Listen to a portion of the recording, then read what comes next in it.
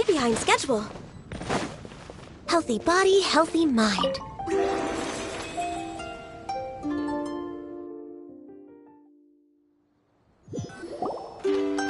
Hey! Wake up! Hey! You're finally awake. Paimon was worried sick. No idea. Paimon just woke up and then we were here. Oh, Paimon's head is all dizzy. The scenery here looks different too. Oh, what should we do, Traveler? Please don't tell Paimon someone abducted us and brought us to some strange place that we can never leave. You're right. Better to think of this as the beginning of a new adventure.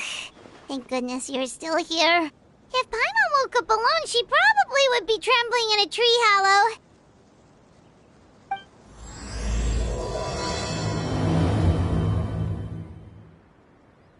Let's follow this path for now. We might be able to meet someone and figure out what this place is all about.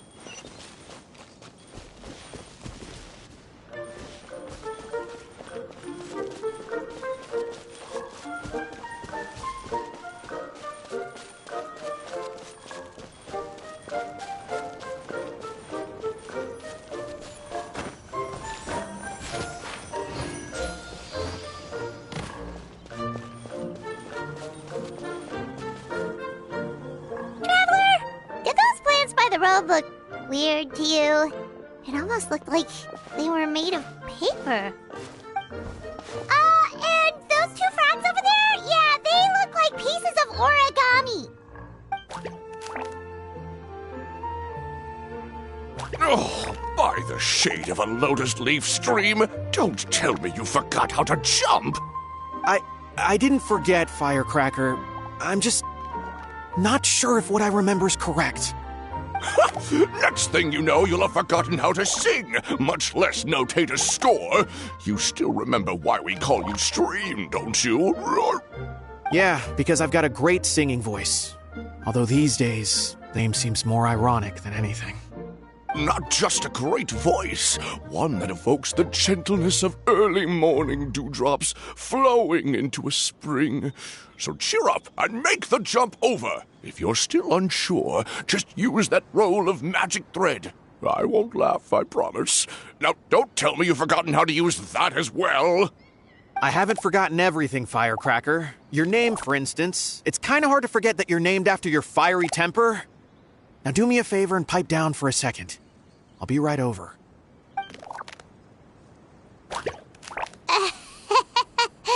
You saw that too, right? Paimon's not seeing things, is she? This place is getting more confusing by the second.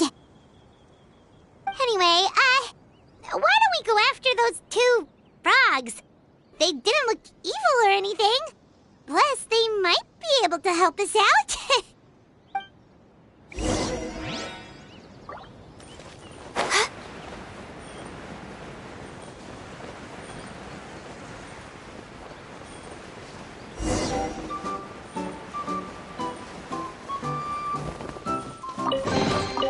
Perhaps whoever left these behind was also fulfilling a contract.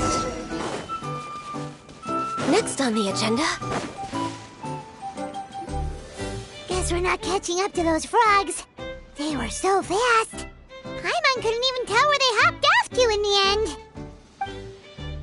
Excuse me, honored travelers. Did you come from the Cliff of Prophecy, perchance? The chubby paper hamster just talked. Chubby? Who are you calling chubby? I've just got a slightly thicker layer of paper on me, that's all. Allow me to introduce myself. My name is Armand, and I'm an elder of the Forest of Blessings.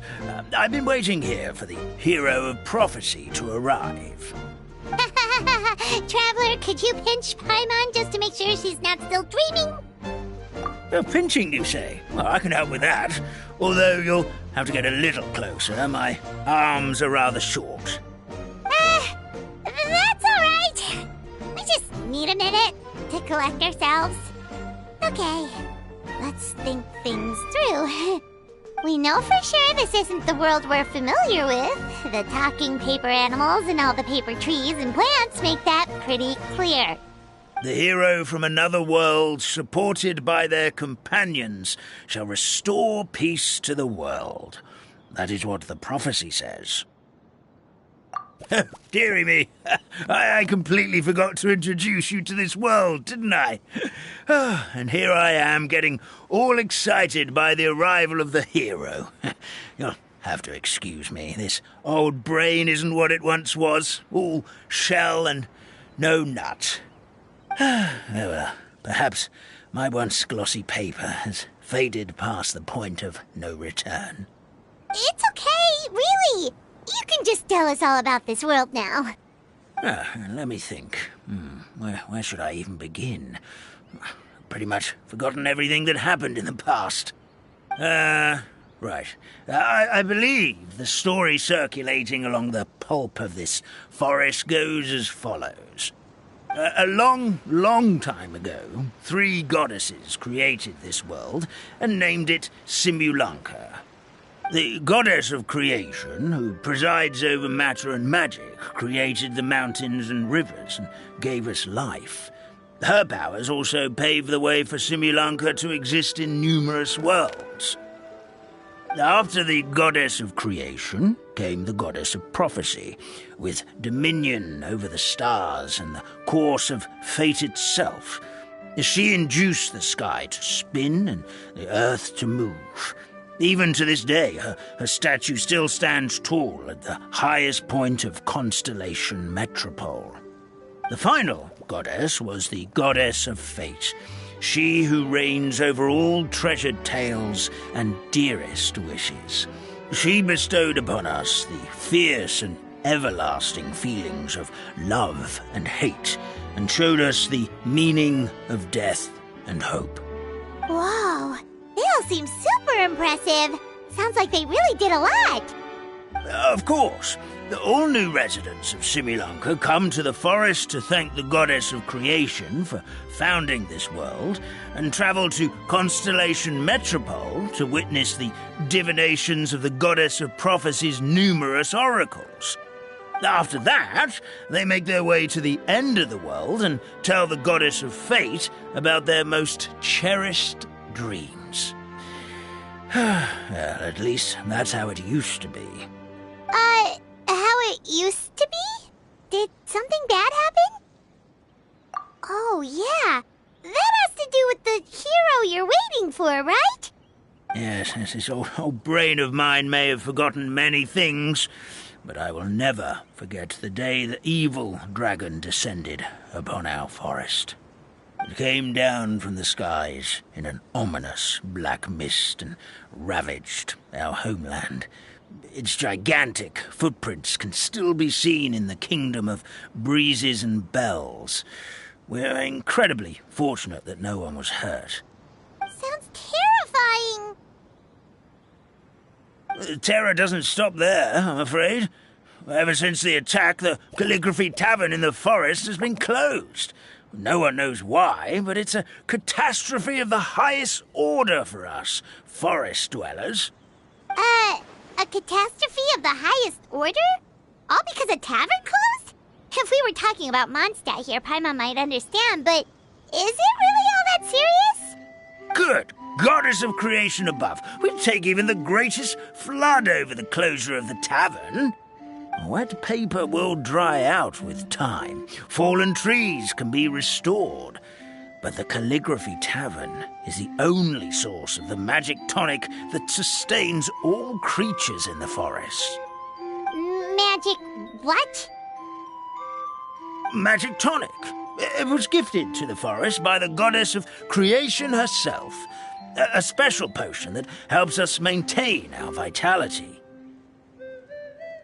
Well, our bodies will gradually crumple and become brittle until they eventually disintegrate entirely. Our colors will fade and we'll start to lose our memory until we can't even remember our own names. But wait, Grandpa Almond, does that mean you've already... Oh, I'm afraid so. The color has all but completely faded from my paper. To be honest, all I really remember is that I'm supposed to wait here for the hero of prophecy. But I've already forgotten who gave me that order to begin with. Then we've got to act fast! How can we help? Oh, brave Pixie. May the goddess of fate reward you and your friend for your kindness. Could it be you're the heroes I've been waiting for all along? Not sure how we know that. Plus, we can't even remember how we got here, so it's not looking too promising. Well, this is turning out to be quite the conundrum for old Almond Brain here. The prophecy never mentioned anything like that. For now, why don't you come with me to the Hut of Blessings? Our forest fairy lives there. Maybe she'll know what to do. Whoa, a forest fairy? Like one that knows magic? Oh, you betcha. She's prophesized to join the hero on their journey. Well, then she sounds like exactly the kind of person we need. Please lead the way, Grandpa Almond.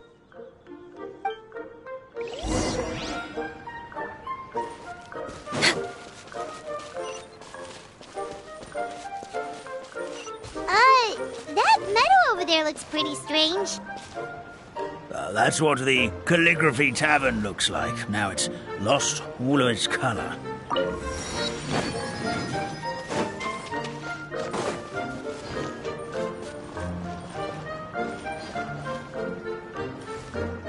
We're way behind schedule.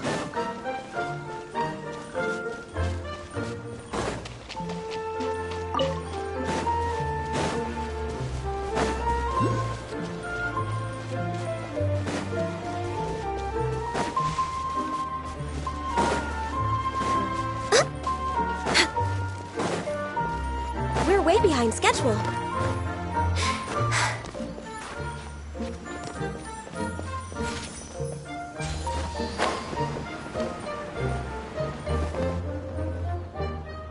This is the place.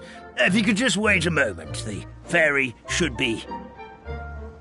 Traveler! Paimon! Paimon knows that voice!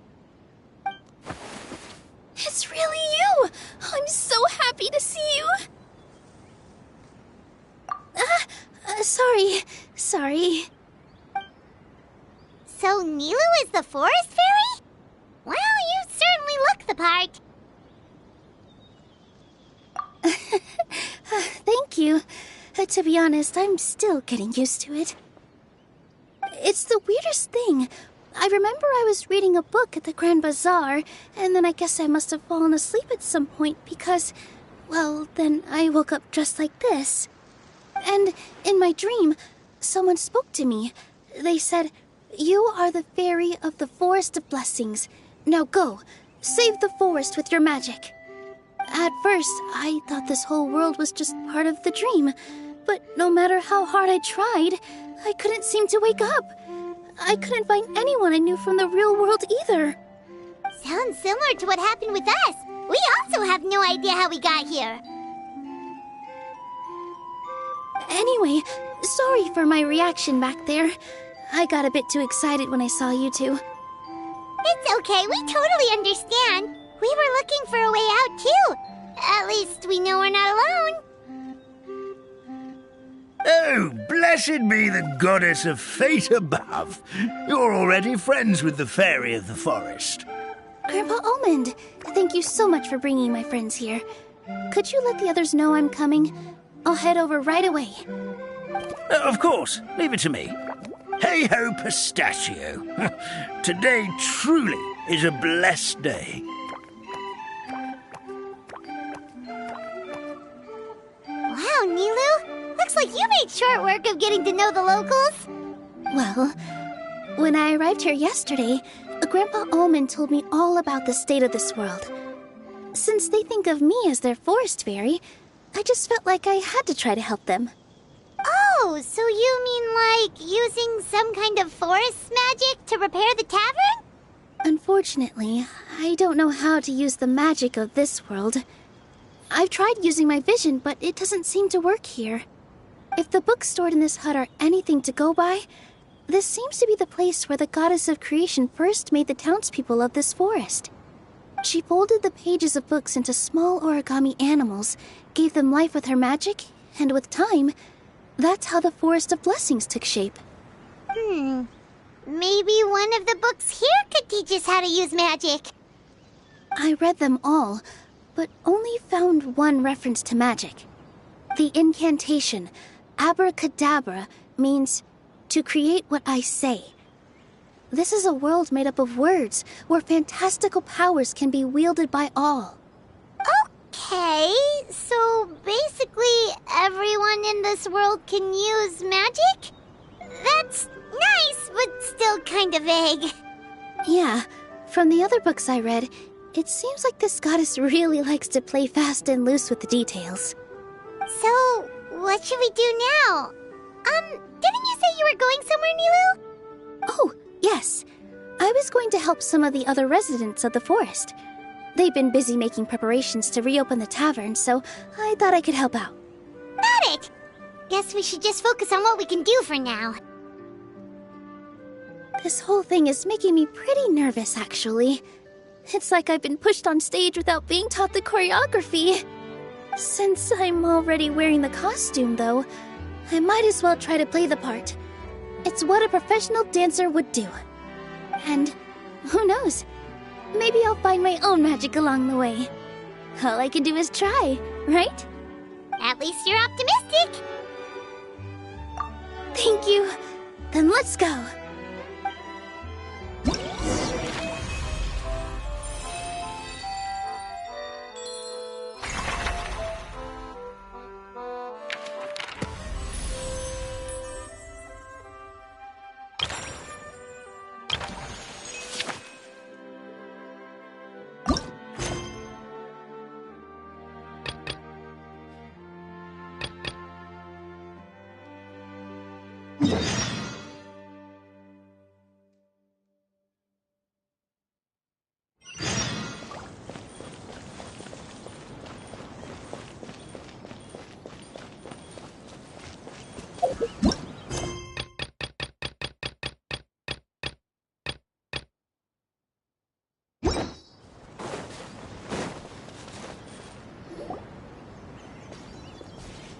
Look, the forest fairy is here, and she brought her companions.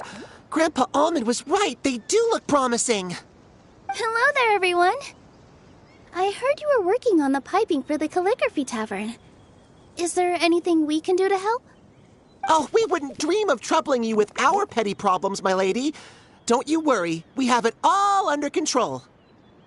You sure about that? Because from where Paimon's floating, the piping is looking pretty chaotic. Yes. We have my careless friend to thank for that. He promised we could leave the pipe connecting to him, and, well, the results speak for themselves. Hey, I just wanted to inspect each pipe. This is the network the magic tonic has to flow through. I was just trying to be thorough, so I disassembled the whole thing. Yeah, and now you've forgotten how to put the thing back together. Have you been eating too many nuts again? 'Cause you are what you eat. Please don't fight. I know everyone wants the tavern to reopen as soon as possible so that the forest can return to normal. So, why don't you let us help out? Yeah, we're here anyway, so we might as well be helpful. We just need to reassemble these pipes, right? Well, if you're offering... Basically, the pipes need to be connected properly to allow the magic tonic to flow through. If you put the wrong pipe in the wrong place, the tonic will get stuck halfway. Attention to detail is key. Says the guy who messed up the whole thing in the first place.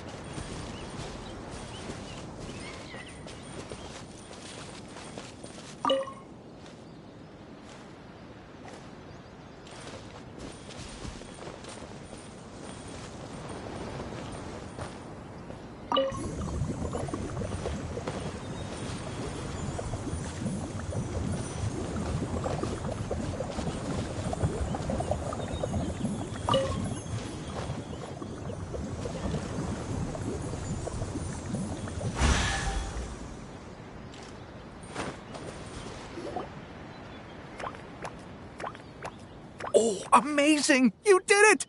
Now the tonic will flow into everyone's cups without getting stuck, right? Oh, gotta say though, Paimon is starting to get pretty curious about this magic tonic. Could she have a teeny tiny sip? Just a little taste, please? It's not greed, it's curiosity. Well, if it's really just one sip, I guess that would be fine. Just be careful. This is one of the last cups left in the entire forest. We're supposed to save it for our research.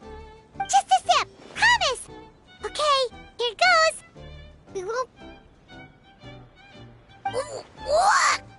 was that? Oh, it's sticking to Paimon's tongue.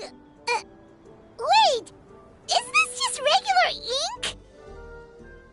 Wait, does that mean what the legend says is true? The goddess of fate used ink to compose her stories on paper, and the goddess of creation used her power to bring those tales to life. No wonder the tavern is so important to the forest. Maybe the fading disorder occurs when the ink within the body dries up. That would explain why the beings here are forgetting their own stories. Oh. I'm not really sure I can really wrap my head around this conversation, but there's no need to get all worked up on our behalf, my lady. With the pipe installed, I'm sure the tavern will be up and running in no time. What do you mean, can't wrap your head around it? The fairy is recounting the story of how the goddesses gave us life. In fact, I've seen the goddess of creation with my own eyes. Really?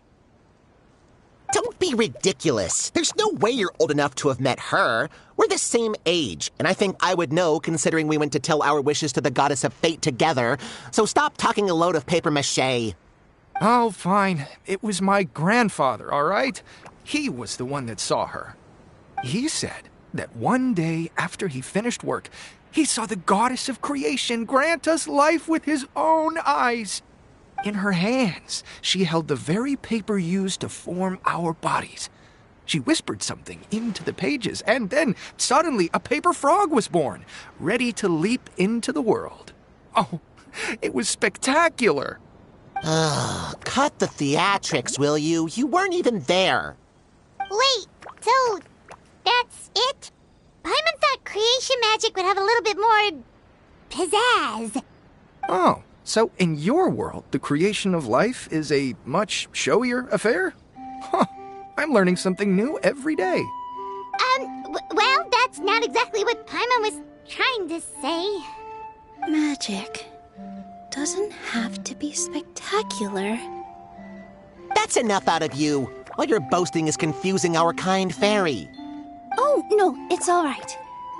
I actually think I understand the magic of this world a bit better now. Thank you. The honor was all ours, milady. Traveler, Paimon, we should make our way to the next location.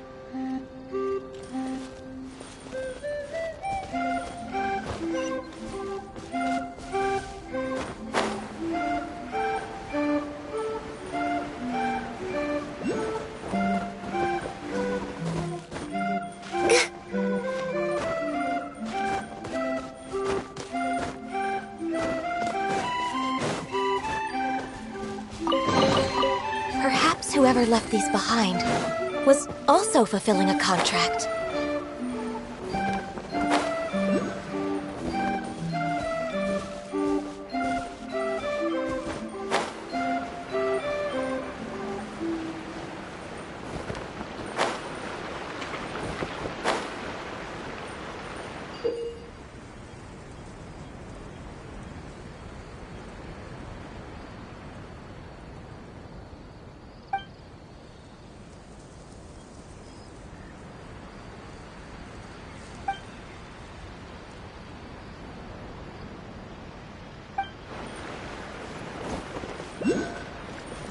Born of ice and frost.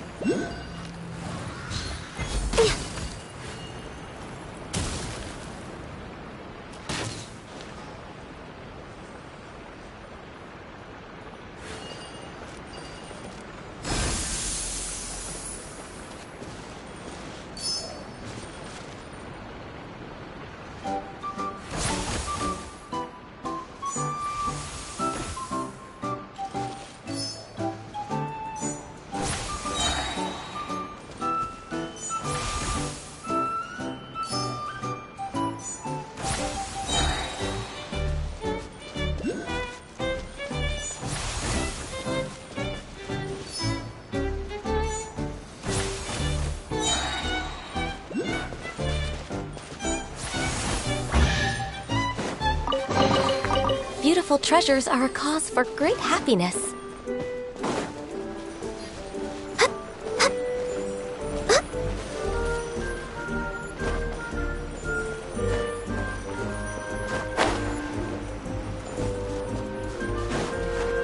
Next on the agenda...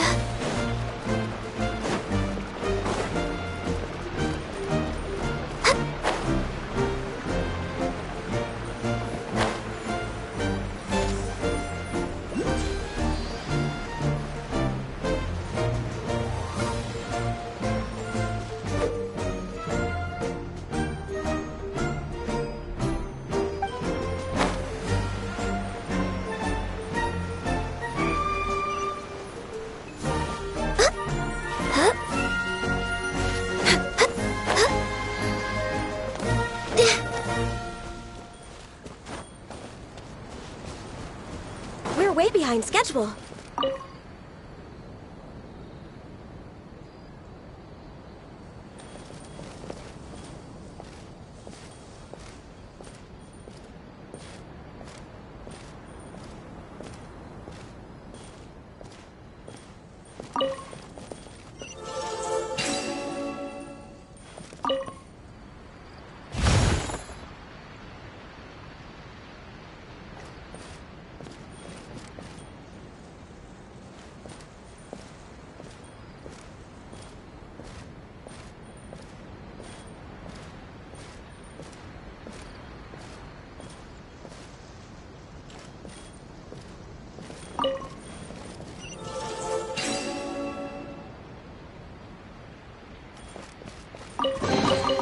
Beautiful treasures are a cause for great happiness.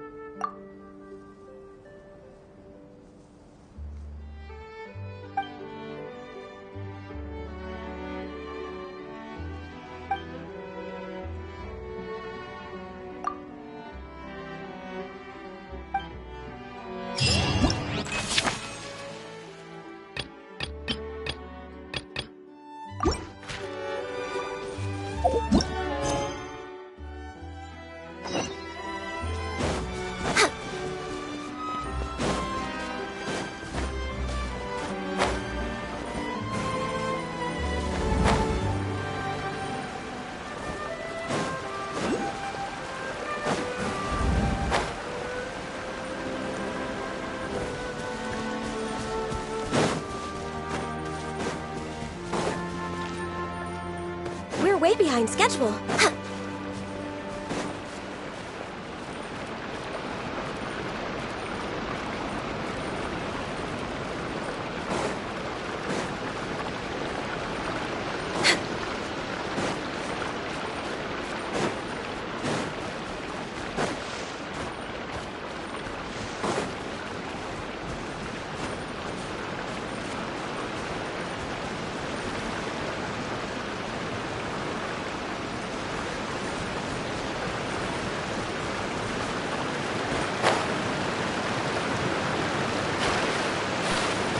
Way behind schedule.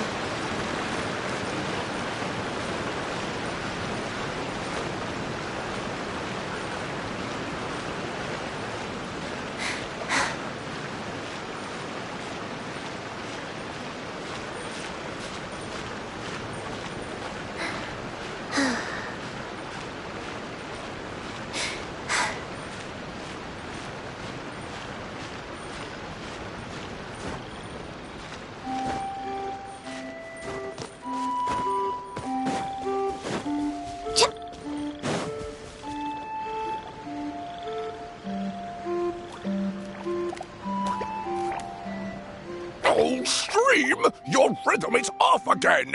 At this rate, it doesn't even matter if the tavern reopens. The band's not even going to get any gigs! I'm sorry. Hello there. I hope we aren't interrupting your rehearsal. Wait, these are the two frogs we saw on the road a little while ago. Ah, the forest fairy is here! For the love of lotus leaves and dewdrop, Stream, you've really got to put in some effort now. But Oh, don't pressure yourselves on my account. Are you rehearsing for a show? Sure are. You see, our group regularly performs for guests at the tavern. We've been out of work for quite some time, with the closure and all, but after hearing of the fairy's arrival yesterday, we figured we needed to get in performance shape right away. I understand how you feel. Back at the Grand Bazaar, Zubair Theater's always busy with rehearsals too. The Grand Bazaar? Do people there sing on lotus leaves as well? Yeah, they do. And it's a really big one. You're the conductor of your group, aren't you? You remind me of Mr. Zubair. Ah, then he must be an ambitious director. One who would do anything to avoid disappointing a single member of the audience. It's just... Is there anything we can do to help you, Mr. Stream? Oh, no. My problems are mine and mine alone. It's just, after the tavern closed, I somehow forgot how to sing. I'm always a few beats behind everyone else, and I keep singing out of key. You were our trump card, our best singer by a mile. I know, but... So he is a victim of the fading disorder too? Don't be sad, Mr. Stream. Whenever I've forgotten important dance steps in the past, my friends at the Grand Bazaar always stick by my side to encourage me. They smile and patiently tell me everything's going to be okay. Then they play the melody for me over and over until the steps finally come back to me. Now it's our turn to help you. We just need to help you remember how to sing, right? The Traveler's got a great sense of rhythm. We can help keep you in time. Well, what do you say, Stream? I think it's a great idea. Just focus on the lyrics, and the fairy's friends will help you stay on beat. Are you sure? This is really asking a lot. Don't worry about it, Mr. Stream.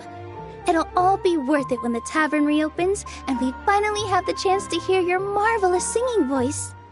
All right, then. Thank you so much, everyone. I'll give it my best shot.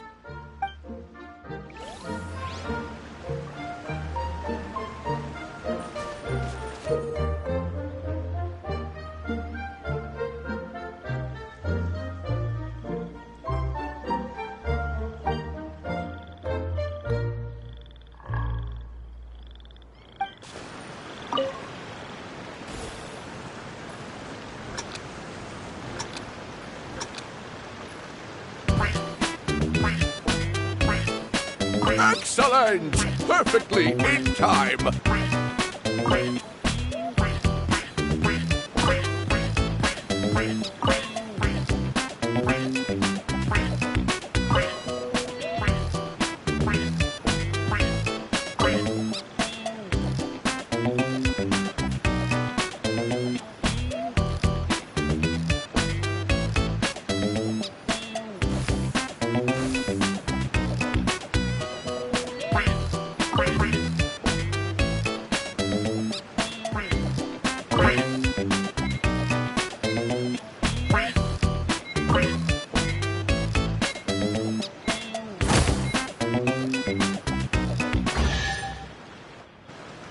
I feel like I'm getting the hang of it again. Goddesses above, this better stick when it comes to the performance. Just do it exactly like how we rehearsed. Thank you, everyone. Thanks to you, my voice is once again as clear as a flowing stream. Glad to hear that you're feeling better, Mr. Stream. It's also about time for us to go to our next destination. We'll be looking forward to your performance at the tavern. We've got one final stop. Let's go.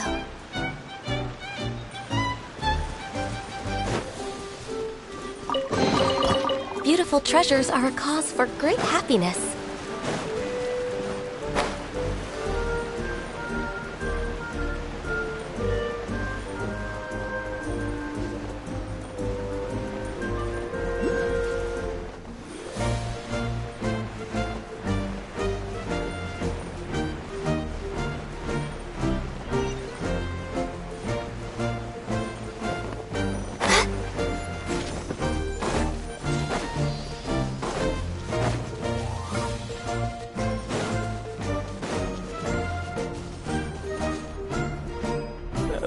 Dear Citrus, please tell me you're joking.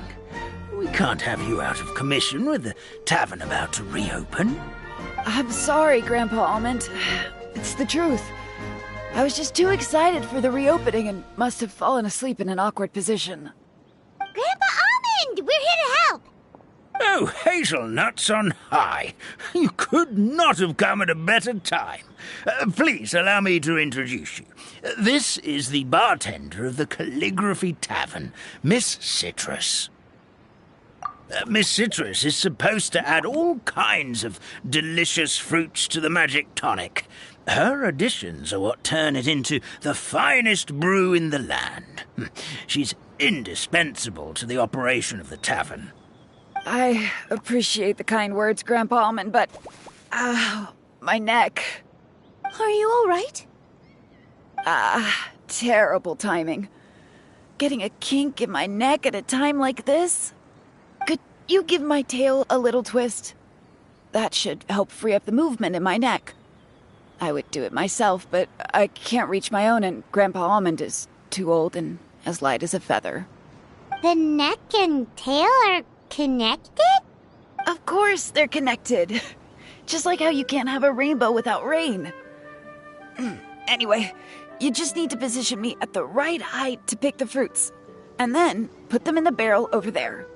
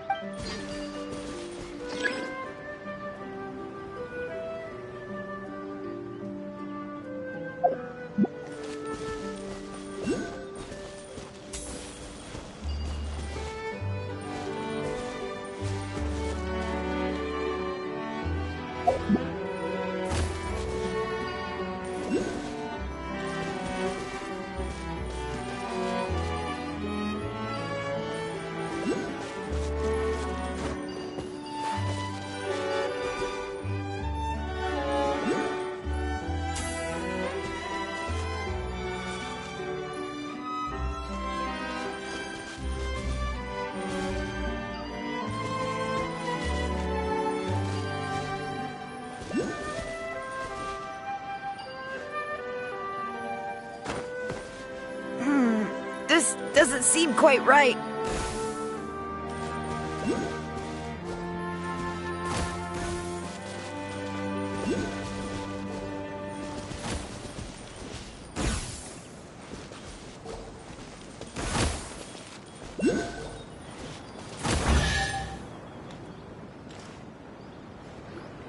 Perfect! My neck feels much better. So there really is some kind of connection between your neck and tail. Thank you so much, everyone. I can rest easy now, knowing the drinks at the tavern will be just as wonderful as before. That's another problem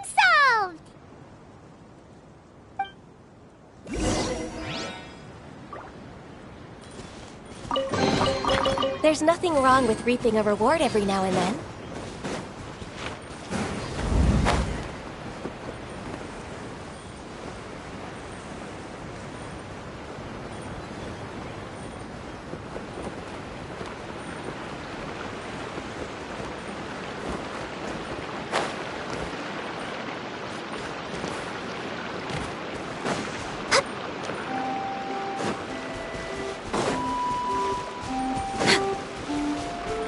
Next on the agenda...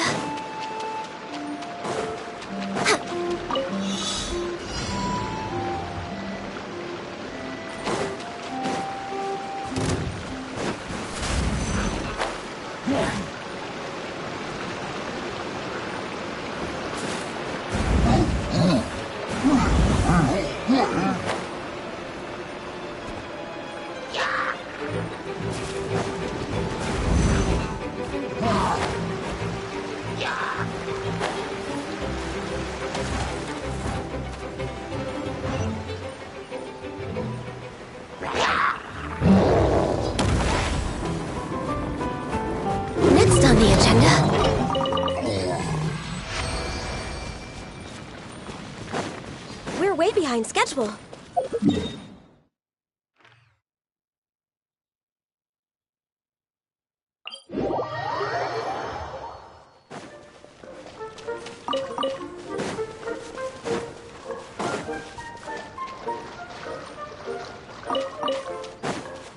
Next on the agenda...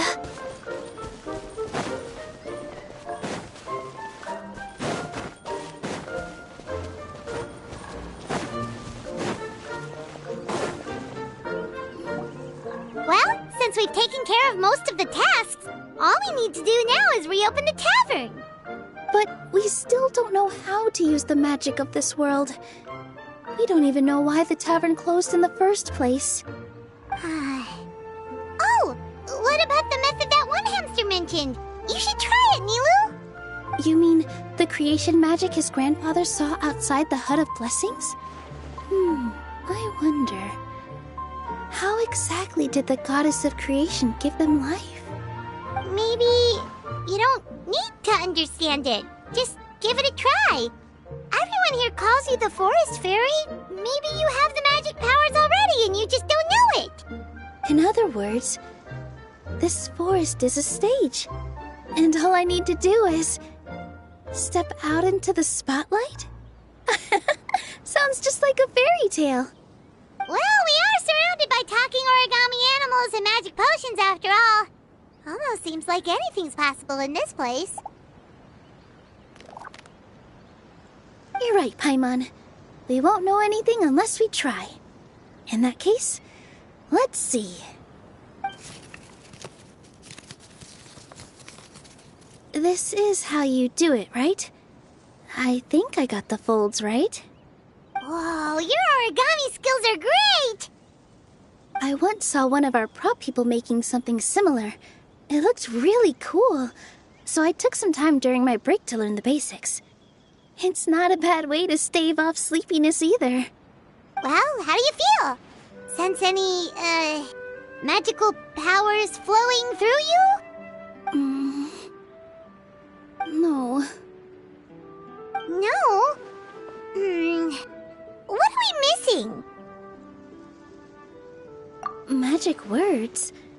But how am I supposed to know what the goddess said to bring them to life? Oh, good point! You're the Forest Fairy, Nilu! What do you want to say to the new resident of your domain?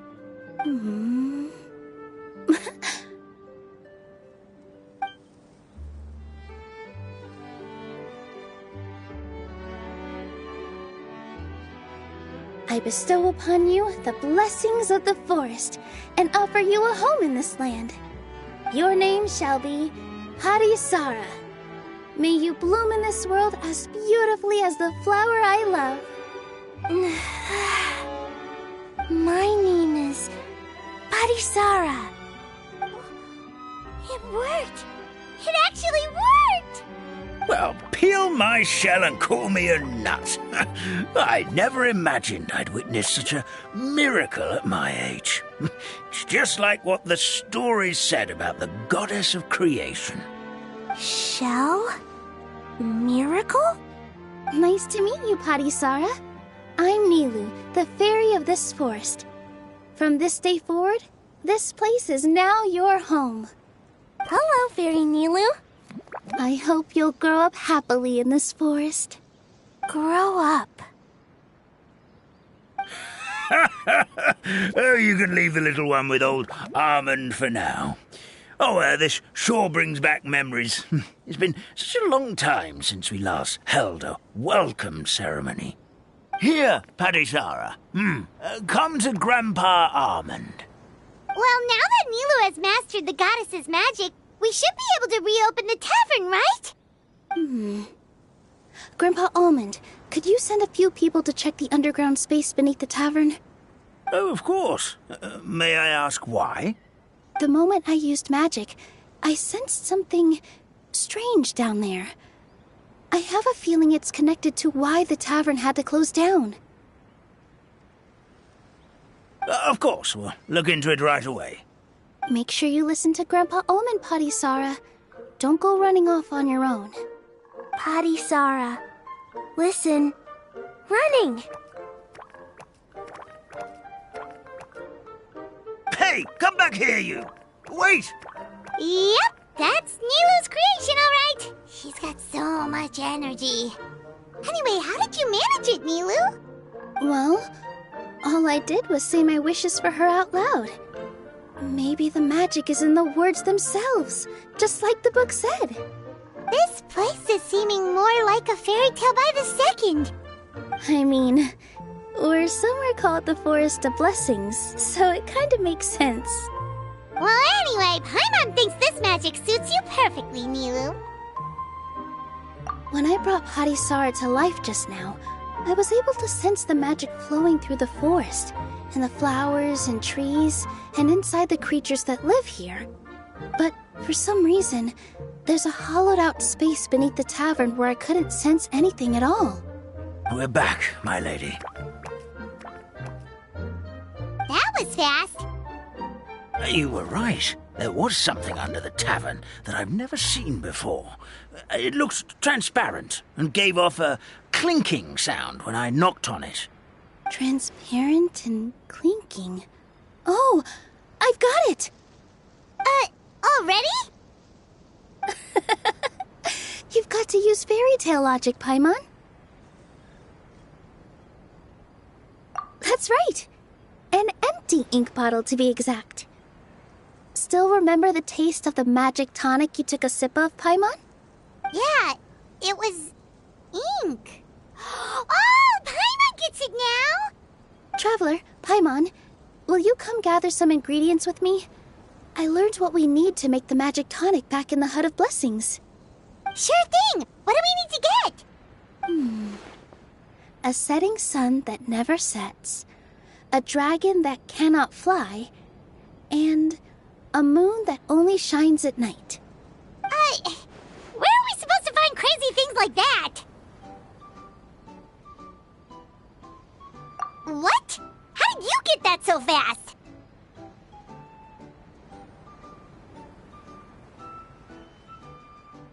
Logic, huh? Lucky guess, more like.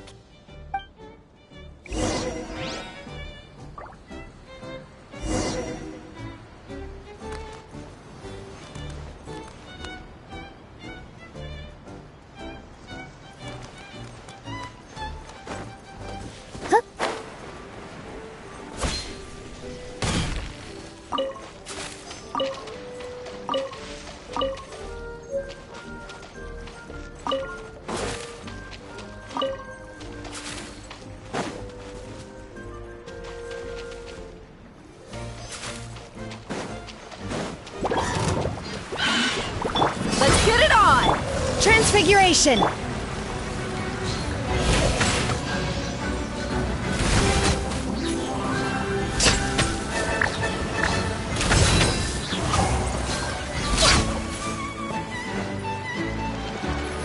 That should be everything, right? What should we do now? Let's go back to the Hut of Blessings.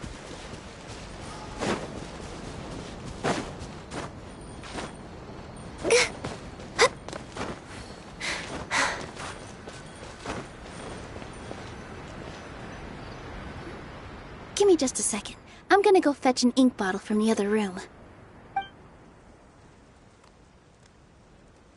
Paimon doesn't get it. All the ingredients are super tasty, but somehow the final product turns into ink. Well, anyway, Paimon's not going anywhere near this stuff this time. Not even if you bribed her. Sorry to keep you waiting. Let's see. According to the book, first you do this, then this, and then... It's done!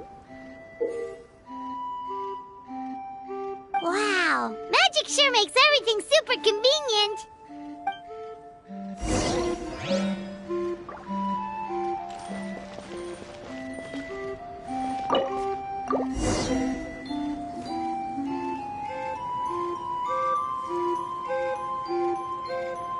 Yes, this is it. This is exactly the magic tonic we need. Grandpa Almond, could you take the concoction to the room underneath the tavern and place it next to the transparent bottle you found? I'll handle the rest. Of course. As you command, so it shall be done. I still get nervous at times like this. It's just like when you step on stage and you can tell that every single person's gaze is fixed right on you. Thanks, you two. I can't tell you how great it is to have you by my side. Almost makes me feel like I've been blessed by the goddess of fate, too. Let's go. We shouldn't keep everyone waiting.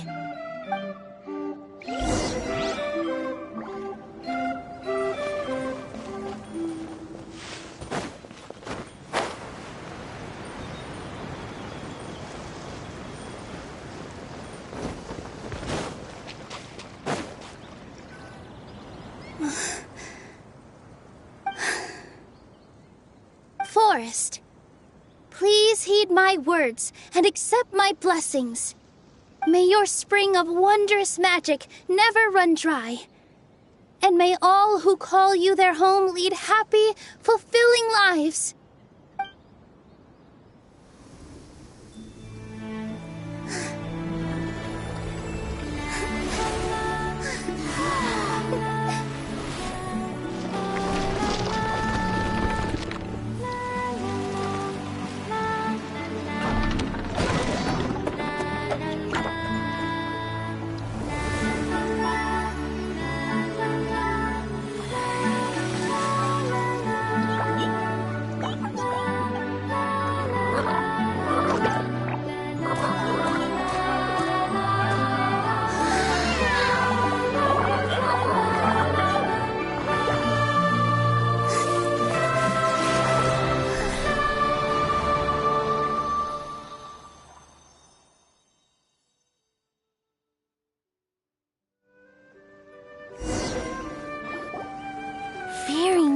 Is amazing!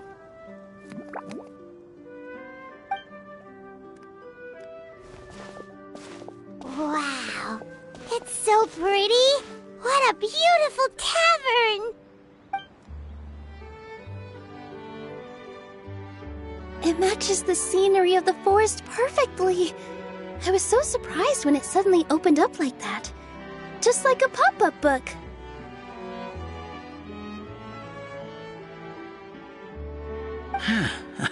I remember now. I remember everything. It was me. I was the one who went to the top of Constellation Metropole and witnessed the goddess's prophecy. The hero who shall save this world will descend upon the cliff of prophecy. The hero, supported by their companions, shall restore peace to this world. So the prophecy really did have all the answers. You just forgot the first half. That's why I was waiting near the cliff of prophecy. Wonderful. Simply wonderful. There's still some hope left for old Armand after all. Is the cliff of prophecy that place with the huge mural? 'Cause that is where we woke up, but we don't remember anything about how we got there. Also, we didn't get a change of clothes like Nilu. Are we definitely the heroes? If not you, then who else? You've already helped the fairy revitalize our forest. To us, that makes you heroes, prophesized or not. All right. Either way, we're going to keep adventuring, even if it's just to figure out how we can get back to our world.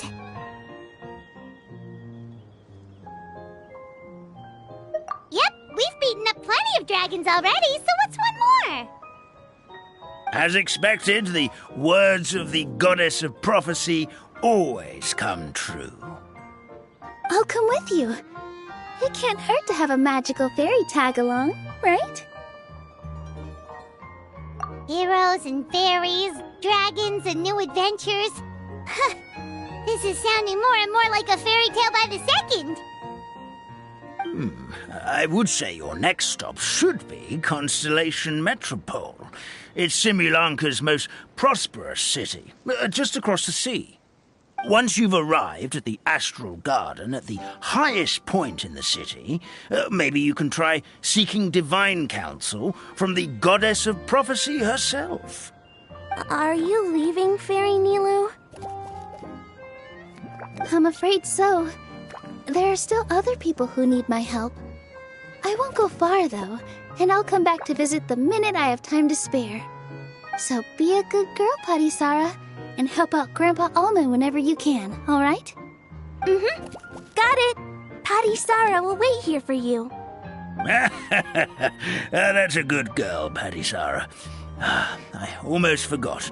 If Constellation Metropole is where you're heading, you'll need to take the Maritime Express. I'll head to the station first thing tomorrow morning and wake up that lazy station master for you. Why don't you take a break for the rest of the day? You should savor the beautiful scenery of the forest before you go. Sounds great! Paimon definitely feels tired after being on the go for so long. There's a spot in the tavern with Paimon's name on it. Oh, sounds like someone's ready to order. Oh, well, if you're offering, Paimon will take a glass of Buell fruit tonic. But hold the tonic.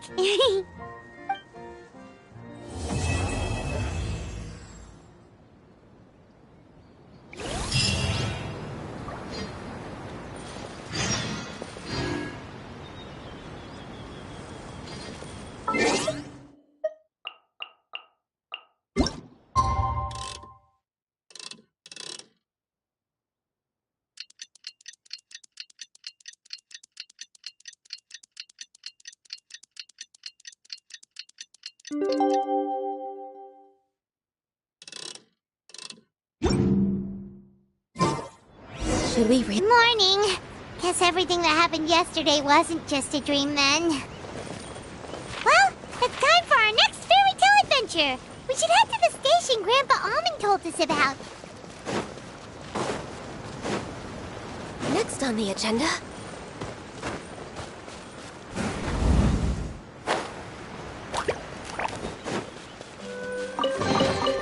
Perhaps whoever left these behind was also fulfilling a contract.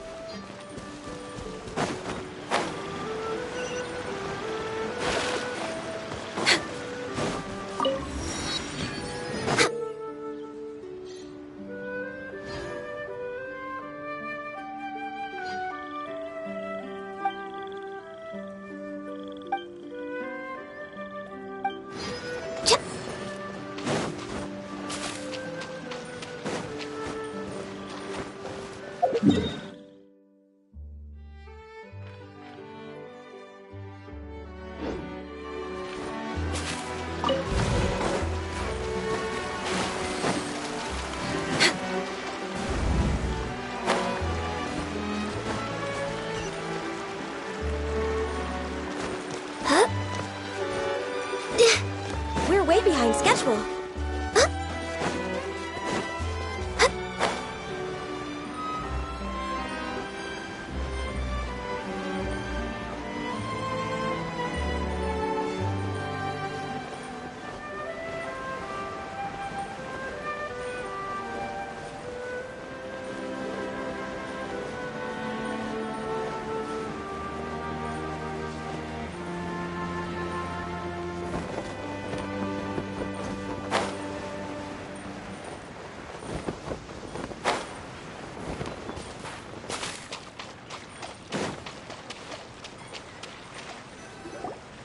Get up, said Jewel.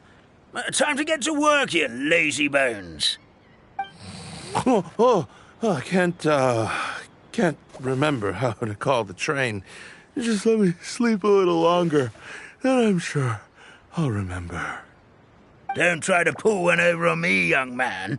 Your fading disorder has been cured. I saw you chugging cup after cup of magic tonic in the tavern last night. You must be mistaken, Grandpa Almond. That guy definitely wasn't me. Oh, you remember my name now, do you? Then it seems like you're all better. You had no idea who I was when you were fading. Now, enough of your nonsense. Get up. The fairy and her friends are going to be here any second. All right, I'm up. The Maritime Express should be here soon. That's more like it. Lie there any longer and you'll start gathering dust. Is everything okay? the hero, her pixie companion, and the forest fairy. I didn't know you were already here. Oh, merciful macadamias. I'm sorry you had to see that. Oh, it's all right. Paimon knows the feeling. Who doesn't want to sleep in first thing in the morning? Does the Maritime Express run out of Constellation Metropole? Yes, each train needs a conductor to operate, and the conductors are always from the capital. The more difficult maneuvers are a little too complicated when you're made of paper. Oh, so you mean the people of Constellation Metropole aren't origami animals like you? Well, the city welcomes visitors from all over the world, so you're bound to run into some forest dwellers there. But yes, generally speaking, the residents of Constellation Metropole look quite different from us. You'll see for yourself soon enough. Here comes the train.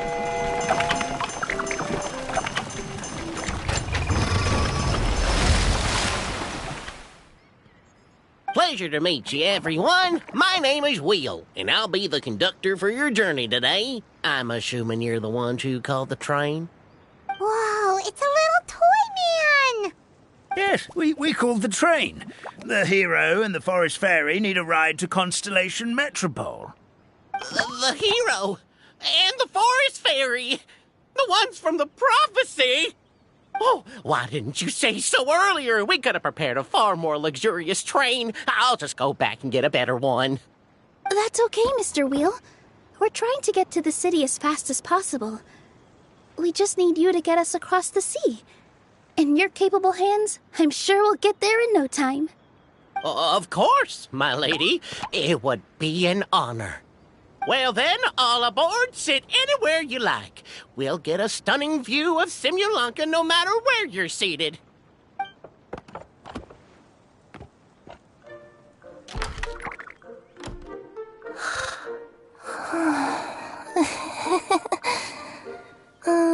Breakfast.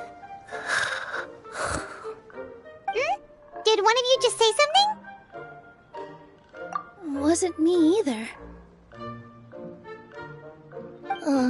Breakfast.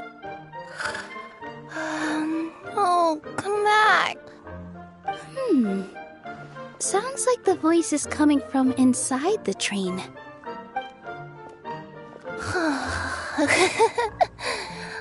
Fish. Chicken drumsticks. Oh, gotcha.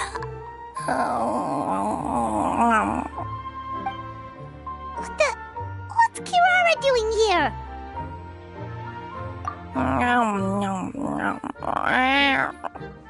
Is she a friend of yours? Oh, let Paimon introduce you. This is Kirara. She's... Oh, wait, actually, maybe we should wake her up first. So noisy. Is it morning already? Oh, morning. Huh? Traveler! Paimon! It's you? Which means... Oh, thank goodness. It was all a dream after all. Oh, gotta hand it to my imagination. It all felt super real. There were these toy people, but they were alive and they could talk. Madam, sleeping overnight in the train car is prohibited.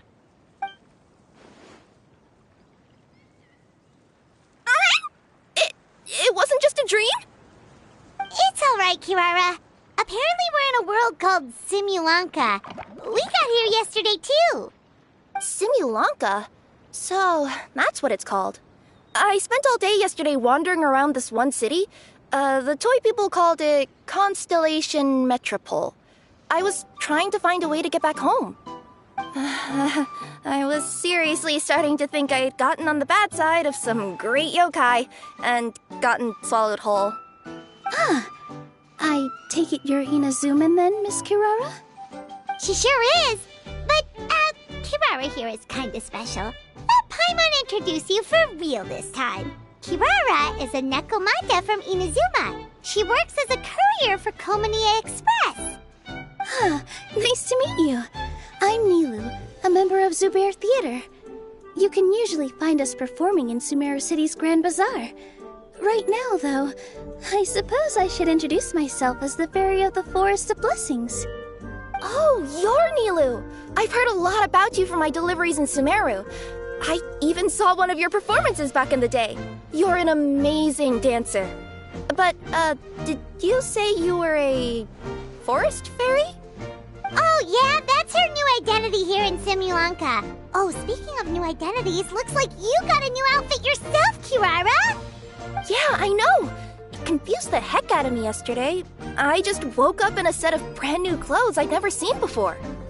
That must mean you have a big part to play here, too!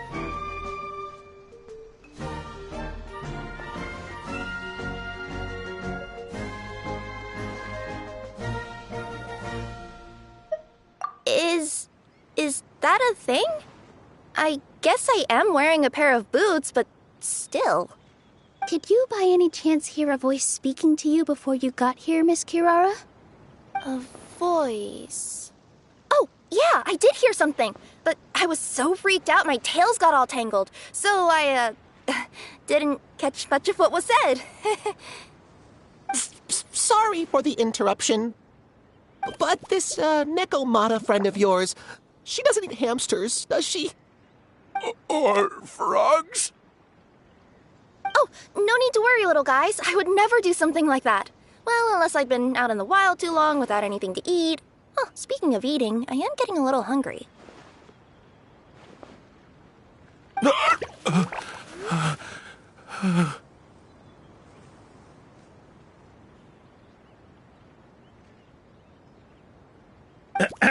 Where are your manners, everyone?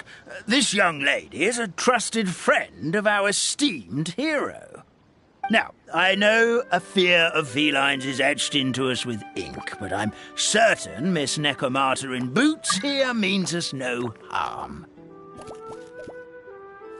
It sure looks like you're keeping your distance, though, Grandpa Almond. You will have nothing to fear, I promise. I met some origami animals in Constellation Metropole yesterday, and I even made sure to retract my claws so I didn't hurt them by accident. Plus, you all look just about as tasty as the cardboard boxes I deliver. Not that I tried to eat you even if you did look tasty. Promise. Please excuse us, Mom. It's just an unconscious reaction. Dear passengers, it's almost time for us to depart. Oh, yeah, that. Whoops. This turned into a pretty long conversation, didn't it? All right, let's get on the train. You coming with us, Kirara? Mm-hmm. I'll ride with you to the next stop. There's a place near the Metropole that caught my eye yesterday, so I want to go explore it today. Then all that remains for me to say is, on behalf of the Forest of Blessings, thank you once again for all you've done for us. May the goddess of fate be with you and bless your journey, Madam Fairy, Miss Nekomata in boots, and our brave heroes. Please do visit us in the Forest of Blessings again, once peace has returned to this land. We will. We'll definitely meet again. Take care, Grandpa Almond.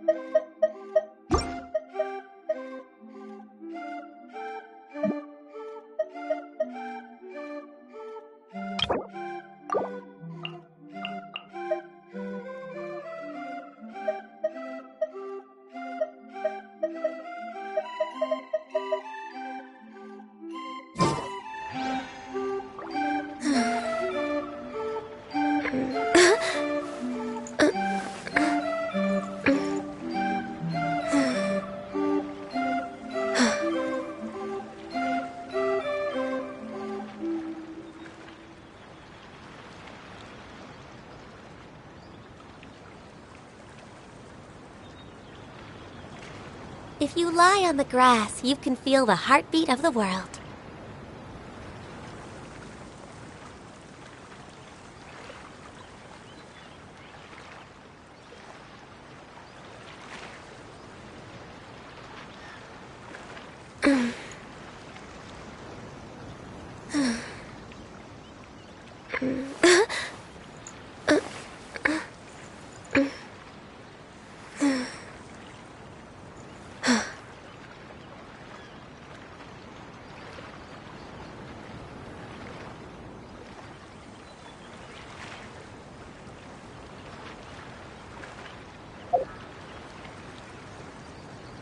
Should we really be off?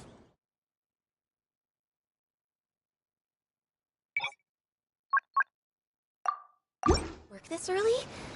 There is still a lot left to do.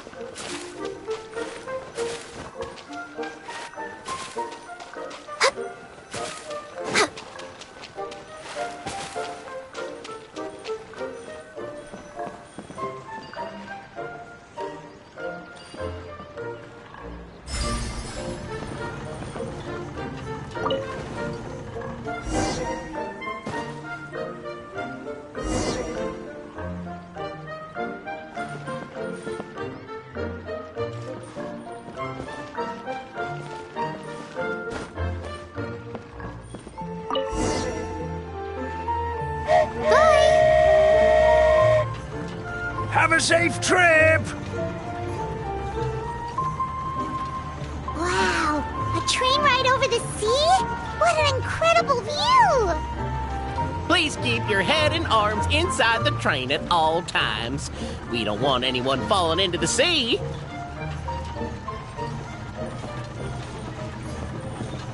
There's a train coming the other way too! Hey! Now that the fading disorder is cured, I'm sure the forest will be a lively place again in no time. I gotta go explore that forest at some point. It looked so pretty from the train. I just hope they, won't be too scared of me. We'll be arriving at our destination shortly. Please prepare to disembark.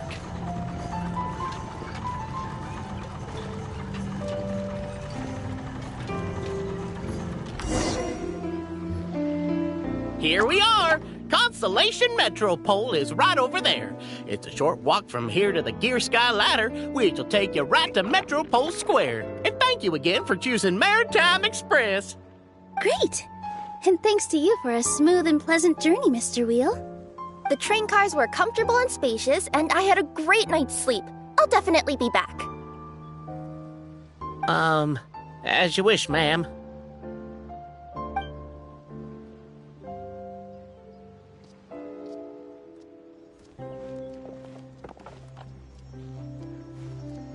Where should we go next?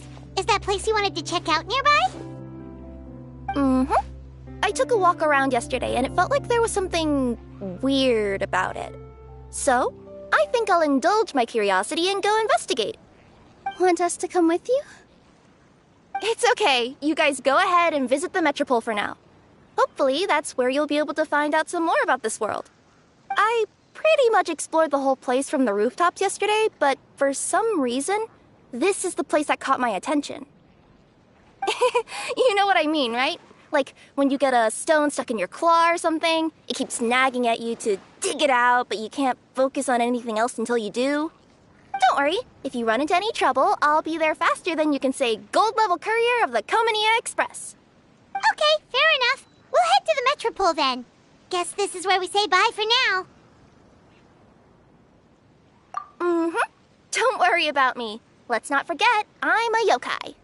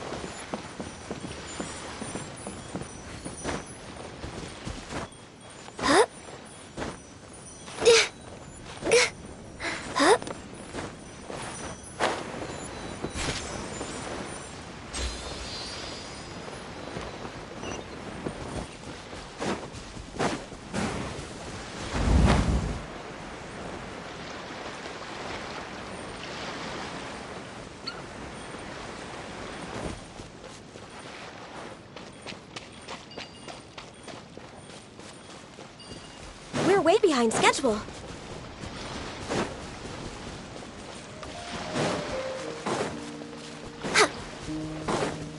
Next up... Help me! Somebody... Help me! Help! Oh, Goddess of Prophecy above, would you kind souls please help us? What happened here? Why are you all suspended in midair? I mean, being stuck in midair still beats falling to the ground and being smashed into a pile of blocks, but... I told him to be careful, but... No. Never mind. Now's not the time for that. My good friends, could I trouble you to turn the clockwork key over there? I'll explain everything in a bit.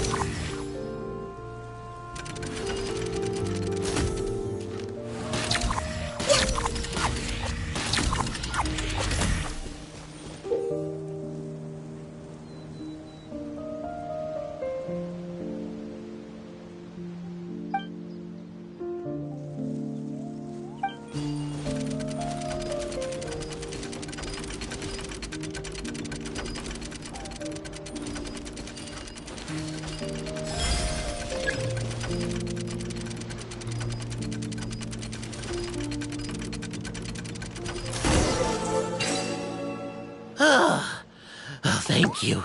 Oh, thank you. What happened there? It almost seemed like we turned back time. I take it this is your first time witnessing the power of the Goddess of Prophecy, then? If so, I can see why you might think that. Basically, this is a gift bestowed upon Constellation Metropole by the Goddess of Prophecy, who rules over the natural course of all things. It helps those who have deviated from their proper path to get back on track. Proper path? Do you mean everything that happens in the Metropole has been planned out since the very beginning? Why are you saying that as if it's a bad thing? You're not explaining it clearly. Here, allow me. Of course, all the residents of the Metropole have the freedom to live their own lives. For instance, whether I use olive oil or sesame oil in my morning skincare routine is entirely my choice. But whenever something disastrous is about to happen, like when I almost got turned into a pile of rubble just now, the goddess's magic will activate in the world around us. So, in other words, it's kind of protection magic? To keep people alive? You could say that. There are other situations in which it activates too, but that's basically correct. Well, in any case, we're glad no one's hurt. Are you heading to the Constellation Metropole? Yep. Do you know where we can find the Gear Sky Ladder? Oh, it's just that platform up ahead. The one with the key sticking out. That thing? Are you sure? Yep, that's the one. Pretty much everything in the Metropole runs on tracks and gears. The Goddess of Prophecy watches over it all. Which is to say, all the tracks are fixed. If a machine is set up to move forwards, it'll never move in reverse. This reminds Paimon a lot of Fontaine's clockwork toys. You mean, like those music boxes with dancing figures? I think I've seen one or two from the merchants in Sumeru. Yeah, exactly like that.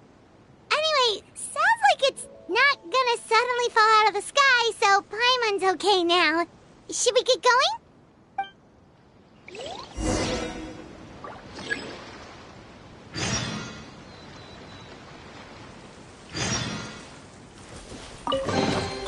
Beautiful treasures are a cause for great happiness.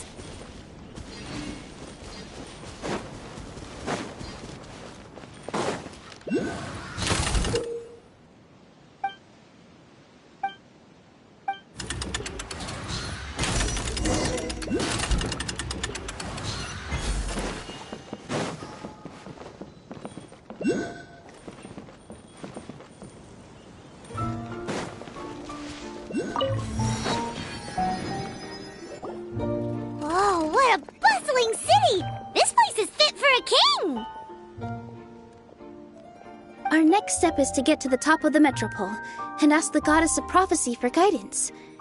If there is a king in that castle, I sure hope he won't get mad at us for trespassing.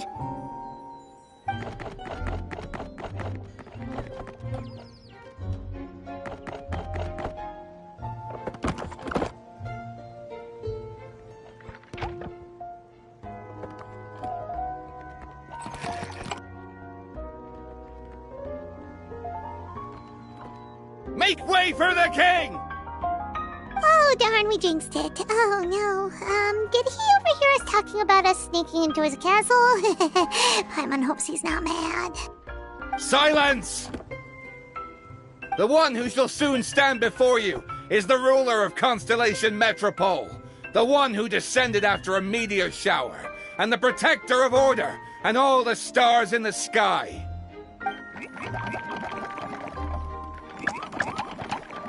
That's a long list of titles. I bid ye welcome, guests from afar. Long have I heard of your grand deeds. O fairy, who restored the lifeblood of the forest. O hero, who... huh? Navia! Hold your foul tongue! How dare you utter Her Majesty's name?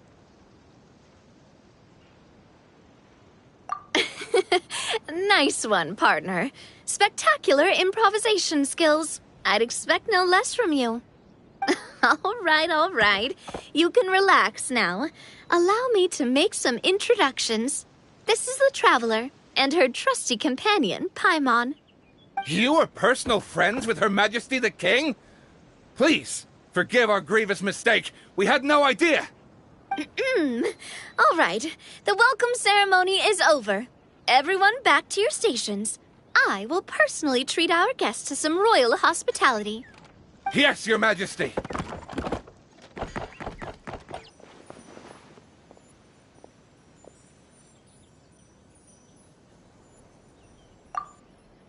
Oh, come on. I've already sent them off. So, anyway, how did you guys get here? We were gonna ask you the same thing! Also, how are you already king of this nation? And where did you get a crown? Oh, wait, don't say it! You just woke up like this, right? Sounds like you've answered your own question. But before I woke up, I heard a voice say to me, "You are the king of Constellation Metropole. Now go forth and save your city." A similar thing happened to me. Oh, yeah, sorry. You must be the fairy of the Forest of Blessings, right? Mm-hmm. This is Nilu, a friend that we made during our time in Sumeru. Nice to meet you, Miss Nilu. I'm Navia, the president of Spina di Rosula. If you ever get the chance to go to Fontaine, make sure you come and visit me. I'm based in Poisson. Seems like you're taking this all in stride. Aren't you nervous about getting stuck here and never being able to get back home? Why would I be worried about that? We've faced much bigger problems than this before, and we always pull through. This should be a piece of cake. Besides, life's always full of surprises. You gotta learn to just enjoy it. That sounds like a great outlook on life. You have a very optimistic spirit. Thanks, I'll take that. Honestly, though, it also puts me at ease to find out that you guys are the fairy and heroes that I've been hearing about in this prophecy. We're kind of veterans at dealing with prophecies by now, aren't we? About that, has anything bad happened in the Metropole? We heard about an evil dragon. Did it make a mess here too? It sure did. Apparently, for whatever reason, he went for the stars above the city recently. Literally just flew up and started snatching them out of the sky. Luckily, the guards responded quickly and stopped the dragon from taking them back to his lair. Unfortunately, though, he dropped them before he flew off. Now they're scattered all around the metropole. I've been out trying to retrieve them, but I only managed to get one of them before you showed up. Oh, I didn't ask yet. What brings you to the metropole anyway? Oh, Paimon can explain.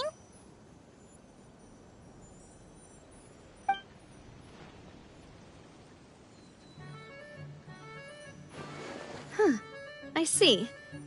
So, you want to consult the oracle of the goddess of prophecy. Do you know how we can do that, Miss Navia? Well, the goddess's statue is indeed at the top of the castle. I can take you up there.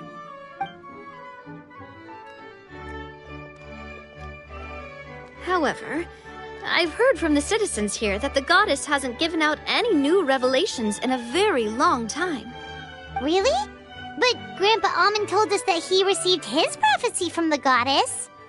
Oh, that's probably because the prophecy about the hero of Simulanka has been around for a very long time.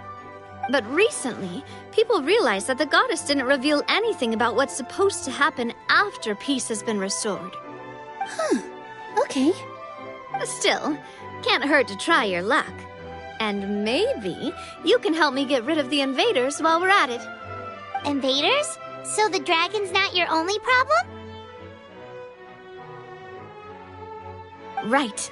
The forest isn't the only place where strange things have been happening to the residents. Have you come across the gift from the goddess of prophecy yet? You mean the protection magic that stops them from coming to harm? We saw it in action. Yep, that's the one.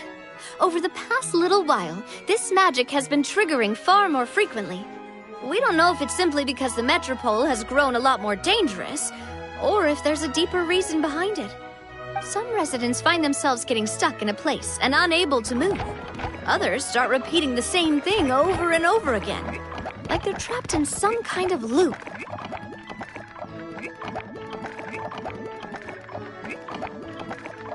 If we were to use clockwork toys as an analogy, could it be that the tracks have eroded or the gears have slid out of place? That's exactly right, Nilu. That's basically what's happening. Anyway, some of the monsters outside the city saw this as an opportunity to launch an invasion. But we didn't see a single monster on our way here. That's because I already took care of most of them over the past couple of days. Of the remaining few, we trapped some of them inside the castle and chased the rest back out of the city. Okay, so to summarize, not only has the magic here gotten all messed up, but the dragons also knocked some of the stars out of the sky, plus there's a bunch of monsters in the city. Whew, sounds like there's a lot more to fix here than in the Forest of Blessings. Well, defeating the dragon and the monsters should be straightforward enough. But how do we fix the magic? Supposedly, the goddess has had it all planned out for ages. One of her oldest prophecies says this: "Go and push the gear that connects up to the starry sky. When that time comes, I shall dance and return the tracks beneath my people's feet back to the stars in the sky." Huh? But weren't the tracks the gift that she gave to her people in the first place? Does that mean she plans to take the gift back? That's what the prophecy seems to be saying, yes. So, as a result, some people are against turning the gear, despite what the prophecy says, since they fear a future where they no longer enjoy the goddess's protection. But letting this drag on isn't the answer either, is it? No, and I think they know that. But they're just too afraid to take that final, terrifying step. They're still hoping there might be an alternative solution. Now, we could ignore their objections and go turn the gear ourselves. But... Exactly. You know me well. And that's why you're my partner. I want to get as many people on my side as possible. At the end of the day, this is their city, and they should have the right to decide its future. Ooh, spoken like a true wise king, Navia. I am the boss of Spina di Rosula, after all. This may be my first time as a king, but there are a few similarities between the two roles. Traveler, Paimon, Miss Nilu, would you be willing to lend me your support? With your help, I'm confident we'll be able to find the most frictionless way to resolve the problems plaguing this city.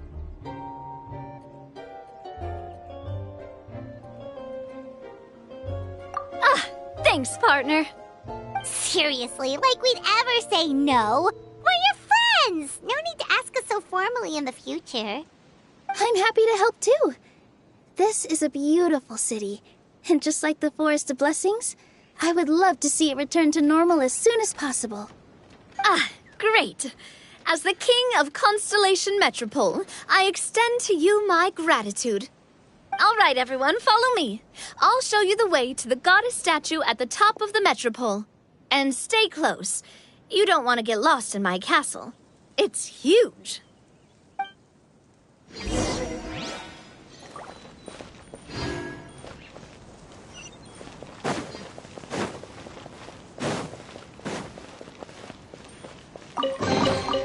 Perhaps whoever left these behind was also fulfilling a contract. Huh? What's this? Wait. This looks like the star I found earlier. I told the guards to place it near the goddess statue. Maybe they ran into some trouble up there. Guess we'd better hurry.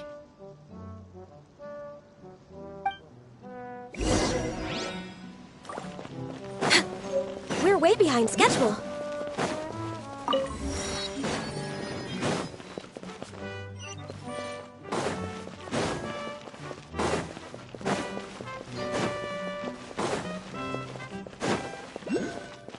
We're way behind schedule.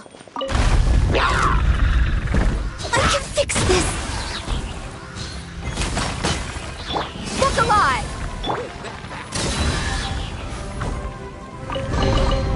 Perhaps whoever left these behind was also fulfilling a contract.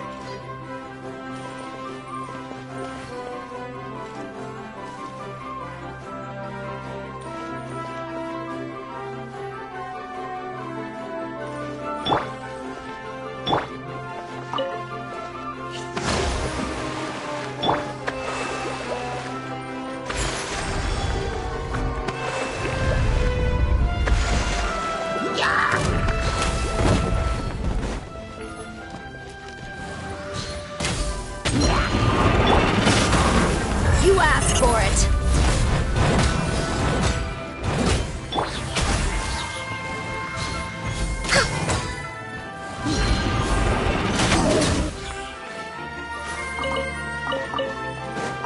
Next on the agenda... Whoa! Why is the star on top of a mechanism? Uh-oh! More monsters incoming! Let's get it on! My will embodied by ordinance divine.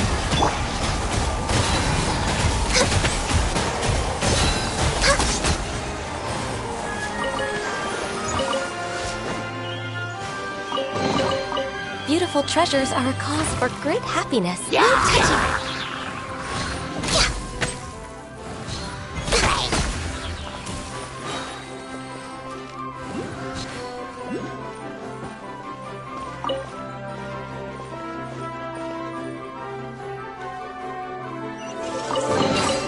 There's nothing wrong with reaping a reward every now and then. We're way behind schedule.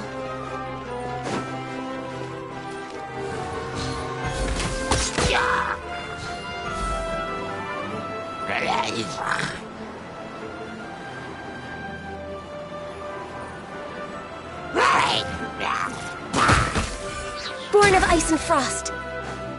Buckle up!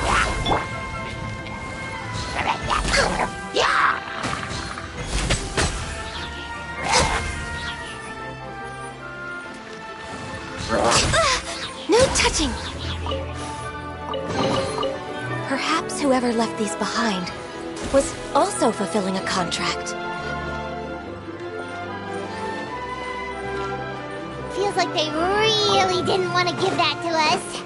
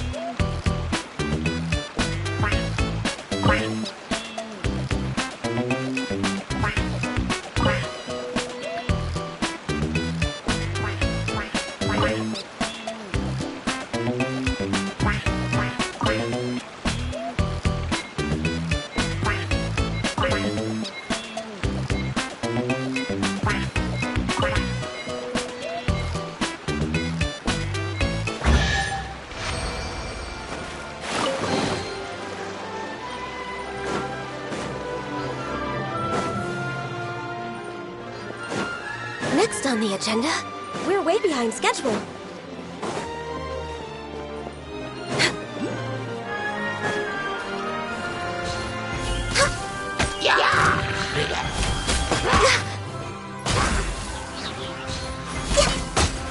We're way behind schedule.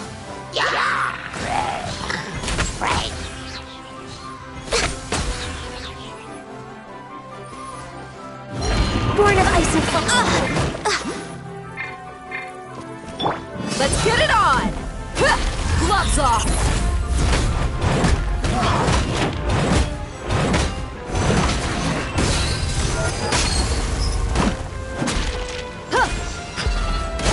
Access denied.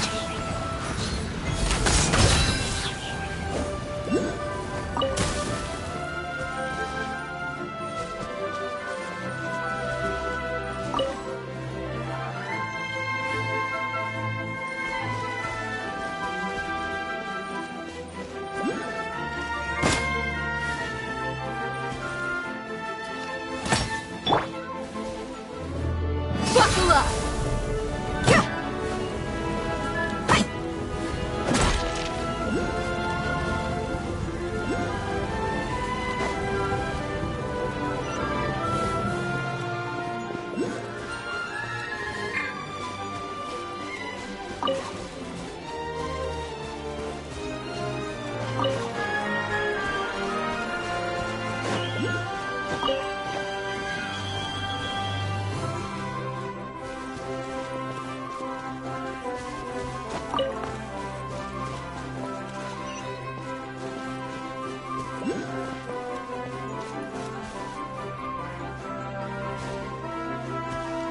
Manifest!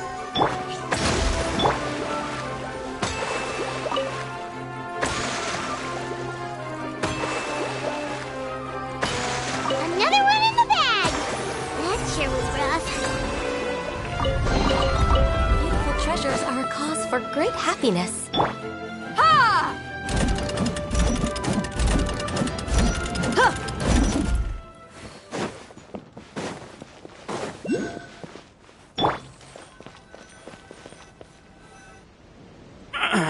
Drat! I can't move! What happened? Your Majesty! This conservative radical, he attacked us! He threw the star from the Astral Garden and even stole the magic thread linking the Oracle Pillars! But just as we were about to arrest him, the goddess's magic activated, and now we can't move! No! Nobody touched the celestial gear! What's an oracle pillar? You need to use it to pray to the goddess. I'll explain later. First, let's help these guys.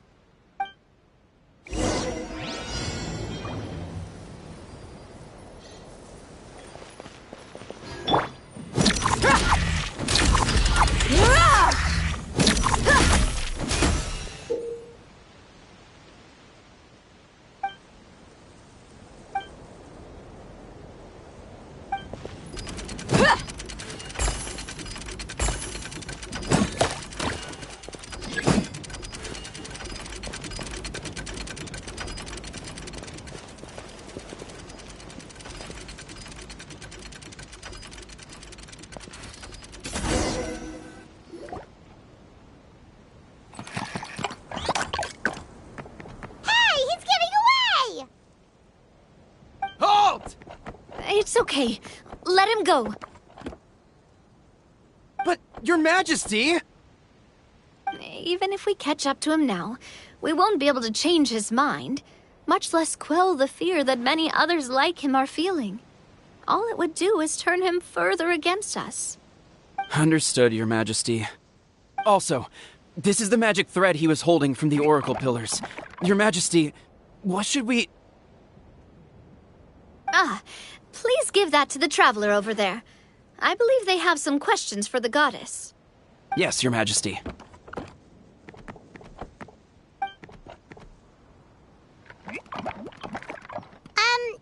So, what do we do with this exactly? See those oracle pillars over there? Just use the magic thread to connect them together in a specific pattern, and the goddess of prophecy will answer your prayers. Oh, sounds easy enough. Let's give it a try.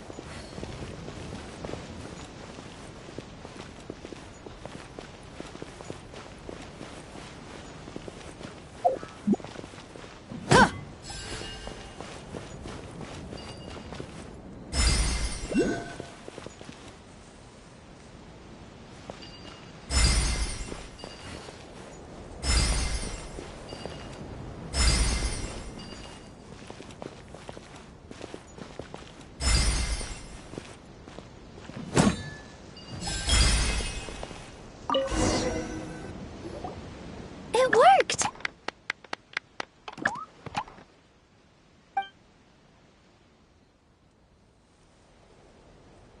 To which course of fate do you seek answers, my child of Simulanka?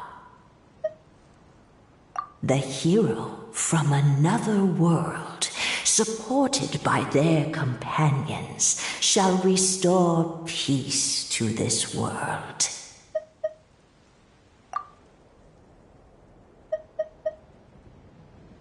Go and push the gear that connects up to the starry sky.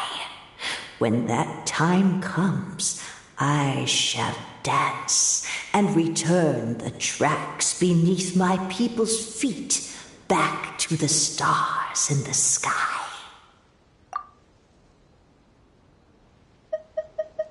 So, Miss Navia was right.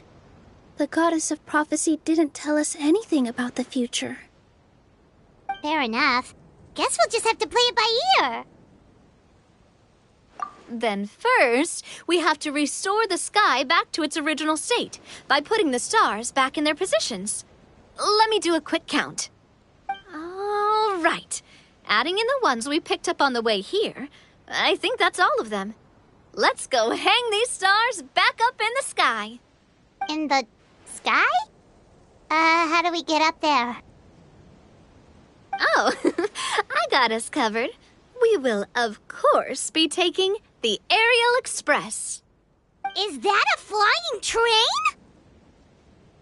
Hey, you already took a train that runs on water.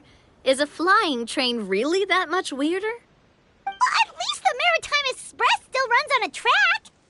Oh, come on, don't worry about it. This train has been blessed by the goddess of prophecy. Its whole purpose is to protect the Metropole skies. It took me a lot of effort to find it, you know. I don't think anyone's used it in, like, 100 years. 100 years? Are you sure it's safe? Let's not forget that the goddess of prophecy's magic has been going haywire recently. Well, it's not like we have any other options. Unless you want to do the honors, Paimon. Fancy flying up there on your own? No, thank you. It's way too high up. Oh, wait, Nilu. You've got a feel for how magic works here. Can you do your thing and sense if this train is the real deal? I can try. Yes, I can sense traces of magic. But it's different from the kind I felt in the forest, so I don't know. Okay, fine. Guess there's only one way to find out. That's the spirit. I'll come with you. Miss Nilu, will you be joining us? I think I'll stay behind. That way, if something does go wrong, you'll have someone on the ground to get you some help. That makes sense. If the train does break down, you can make us a giant origami crane to come bail us out. Or if a crane's too difficult, a finch could work.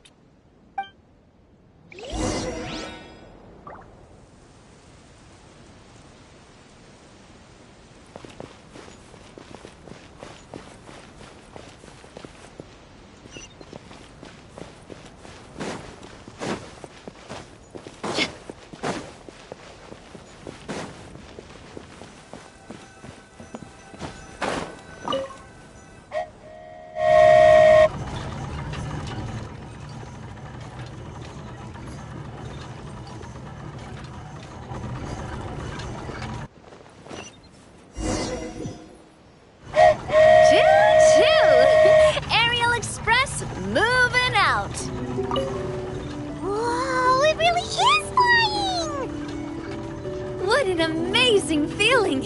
I've never been on a flying train before. Neither have we!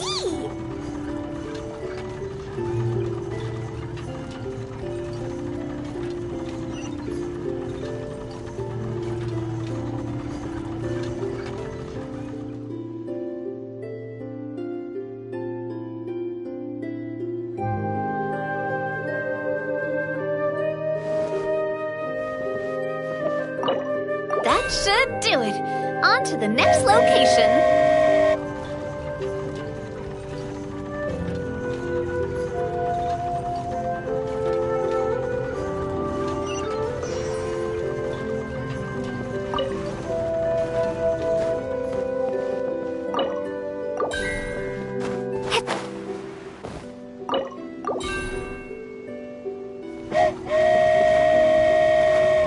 We're so high up.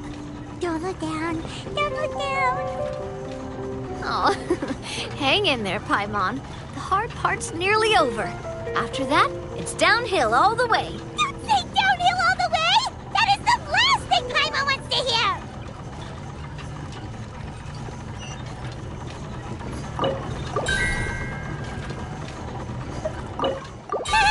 We're finally done! Okay, let's get there now while this train is still working!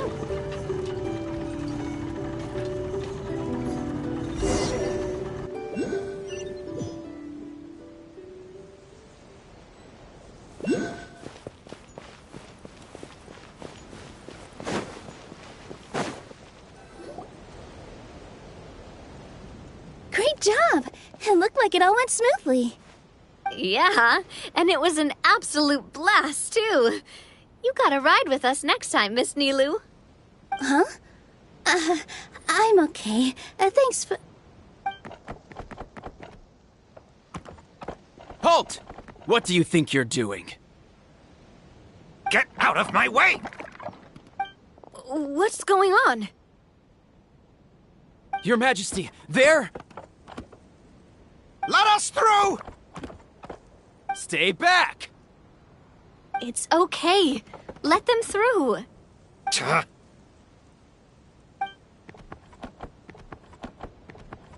Your Majesty, could we please ask you not to turn the gear that connects up to the sky? And why is that? As you have seen, the goddess's gift is very important to us. It keeps us from harm and protects our very lives. Some of us, we just aren't ready to lose that protection. I see. I understand. Huh? Your Majesty, do you mean... I won't turn that gear. Not until you're ready. What? I've said before that the Metropole belongs to the people, and they should have the right to decide its future. But let me ask you this. How do you plan to solve the issues we are currently facing? Well, we'll start by rescuing the people that have gotten stuck. And then we'll find a way to figure out the true cause of this crisis. And have you made any headway on that? The true cause, I mean. Unfortunately not. Hey, you little... I'm sorry, my friend, but it's the truth. You have friends and family that have been affected, don't you? That have gotten stuck? I understand your concerns. But if we let this drag on for much longer, the situation may well get worse. More and more people will be frozen by the goddess's magic. Yes, but if we turn that gear now, all the tracks in this city will disappear. I know this is a hard decision to make. But have you ever thought about why the goddess might have made things this way in the first place? Huh? Why do you think she might decide to take back her gift and stop revealing further prophecies about the future? Are you saying she has abandoned us? No. Quite the opposite, in fact. What do you mean? The goddess dearly loves this world and all the people of Simulanka. And because she loves you so much, she wants you to be able to choose your own path. Every parent hopes their child will have a happy and carefree life. But if they're overprotective, then all they'll manage to do is keep their child trapped. If a mother bird lets her baby ride on her wings for too long, her child will never learn how to fly. Perhaps the goddess of prophecy has always known that one day she'll have to let go. Children can only become independent if they're allowed to form their own opinions, make their own decisions, and deal with the consequences on their own. Only then will they be able to continue their journey alone, even after their parents are gone. But we've relied on the goddess's protection for so long. We don't know what it's like to go it alone. We don't know if we have what it takes. Are you kidding me?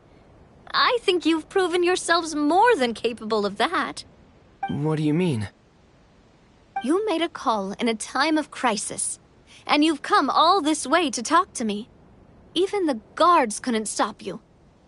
That must have taken a lot of courage. But we only did it because we were scared. Why you set out on the journey doesn't matter. What matters is that you've proven you can choose your own path. My friend, I fear our king is right. It is time for us to face our fears. What? But we... We can't go on living like this. Living in fear. Look at what it's driven you to do. You threw away a star personally created by the goddess of prophecy herself. You once revered her more than any of us. And I think the king is right. She hasn't abandoned us. So, why don't we put our trust in her one more time? I don't care anymore. Do what you want. He laughed. I'm sorry about my friend. That's just how he is. Always had a terrible temper. Please accept my apology for his impudent behavior. Is it just me, or has he accepted the goddess's prophecy? I think so. Not that you'll ever hear him admit it out loud. Your Majesty, please turn the gear that connects up to the sky.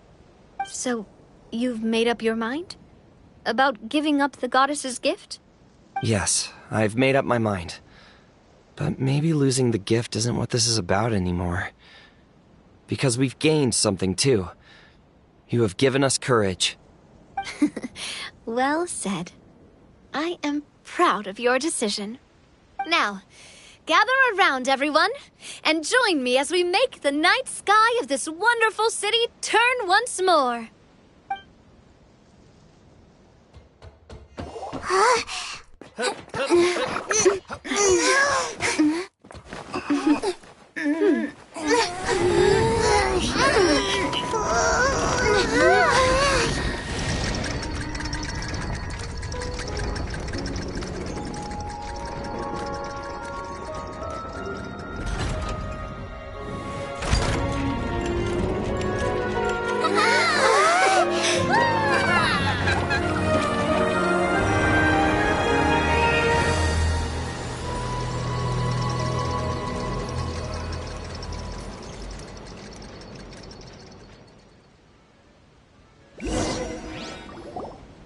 So the stars hanging in the sky, they're music notes! This entire metropole is a huge music box! That's incredible! How do you feel? A little scared and uncertain. But for some reason, I feel a lot more at ease. It's as if some kind of huge weight has been lifted from my shoulders. Figured out any next steps? To be honest, not really. But maybe I can start by having a heart-to-heart with that stubborn friend of mine. I have an idea. If you don't know what to do, why don't you start by helping the people around you? You mean the people who got stuck because of the goddess's magic? I mean anyone and everyone who needs your help. By helping others, you'll eventually find your own path. Trust me, I have experience in this. What kind of experience, Your Majesty? Yes. We'll need a formal organization with a catchy name before we go out and start helping people. Why don't we call it the Spina di Rosula? Spina di Rosula? Ooh, or even the Spina di Rosula di Simulanka. Yeah, that's catchy. Wow, big expansion for the Spina. Moving into other worlds now. Spina di Rosula. I like it. It's a great name. Let's do as Your Majesty suggests. Well then, how about I appoint you as the head of the Spina in Simulanka? While I'm off fighting the dragon with the other heroes, it'll be your responsibility to work with the guards and take good care of the people in the metropole. What? You're planning on fighting the dragon? But no, Your Majesty, you must reconsider! He's right. Your Majesty, you can't. How are you two on the same side all of a sudden? Perhaps Your Majesty is unaware of this. The great dragon suddenly broke out from the Titanium mines one day and tore the end of the world to pieces. After that, it spat out a strange fog that surrounded a whole island. No one knows what lies beyond the fog, and no one knows what has become of that poor island. Before Your Majesty arrived, we dispatched many soldiers to fight the dragon, but none came back alive. Yikes. Sounds worse than we thought. Isn't that all the more reason for us to go? There could still be guards trapped there, waiting for someone to rescue them. King Navia is right. We cannot simply stand by and watch as the people of this world suffer. Very well. Though I have not served by your side for very long, Your Majesty. 2 days is enough for me to have learned that once your mind is set, any attempts to change it are futile. You're a pretty good judge of character. He probably didn't mean that as a compliment. Since you're serious about this, I won't try and stop you. There's only one way to reach the end of the world, and that's by taking the Maritime Express. Oh, right! So there's a line going there too? Yes, it was originally built to serve the workers commuting to the Titanium mines, but it has been abandoned since the dragon attack. I'll tell the conductor to wait for you at the platform by the side gate to the Metropole first thing tomorrow morning. You're embarking on an extremely dangerous adventure. Please be careful, Your Majesty and friends. Oh, thank you for your concern. While I'm gone, I leave the Metropole in your capable hands. Yes, Your Majesty! Just call me boss from now on. That's what everyone in the Spina calls me, and it's what I'm used to.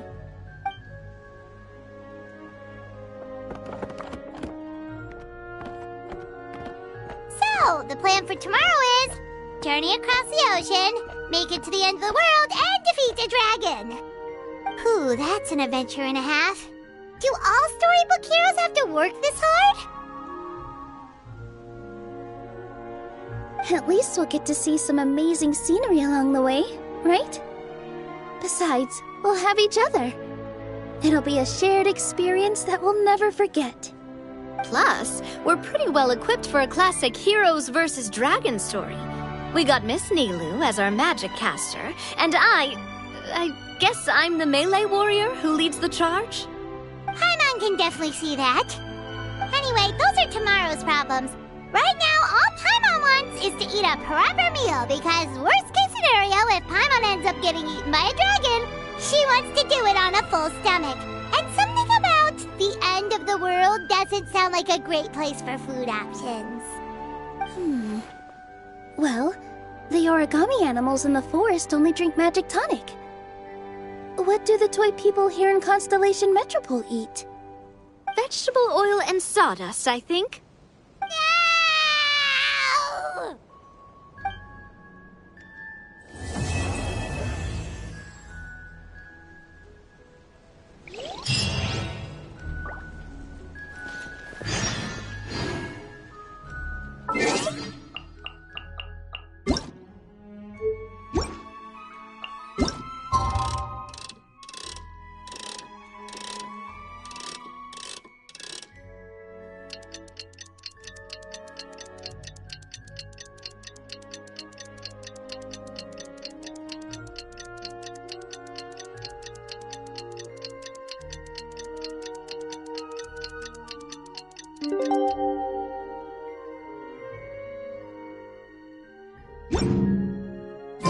The desert's a tough... The time has come to slay the dragon!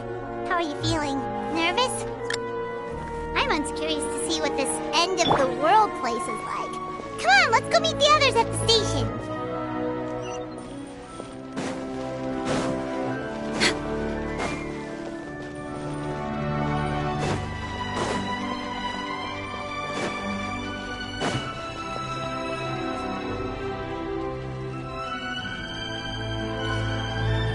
We're way behind schedule.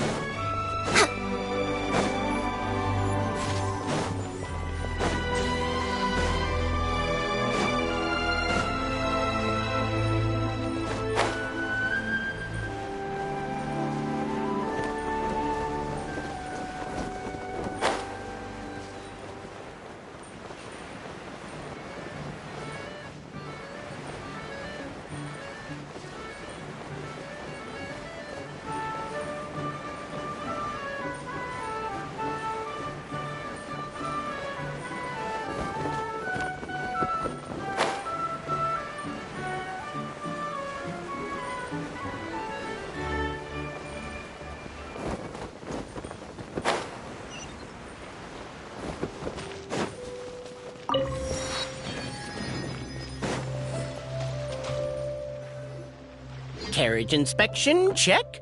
Wheel and axle inspection, check. Power inspection. Good morning, Mr. Wheel. Oh, good morning, heroes of Simulanka. Hey, our old friend Wheel is the driver again! That already puts Paimon at ease. Are you certain you don't want us to accompany you, Your Majesty? I am. You can leave the dragon slaying to us. My partner's a pro. She does it all the time. What remarkable friends Her Majesty has. With such great heroes by your side, I'm sure you'll best the dragon with ease. We won't keep you any longer. All right, then. Look after the city for me while I'm gone. Yes, Your Majesty. Just leave it to us. I think we're all set. Time to depart. Next stop, the end of the world!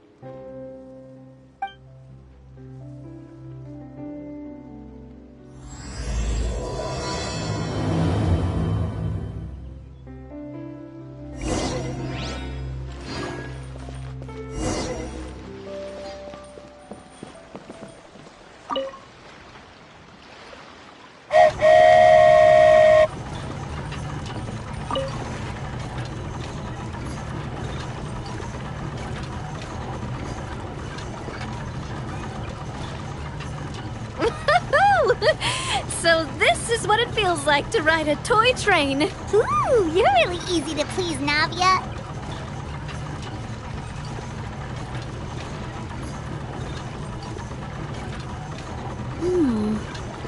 Looks like the fog ahead is getting thicker.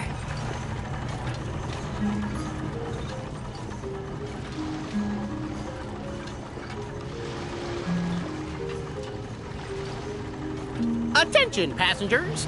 We've arrived at the transfer point. All change, please, all change. So we've got to switch trains, right? Huh? What's that? It looks like... Haley Turtles, they've taken over that platform! Huh? What do we do? Just find somewhere to hide, Mr. Wheel. We'll take care of them.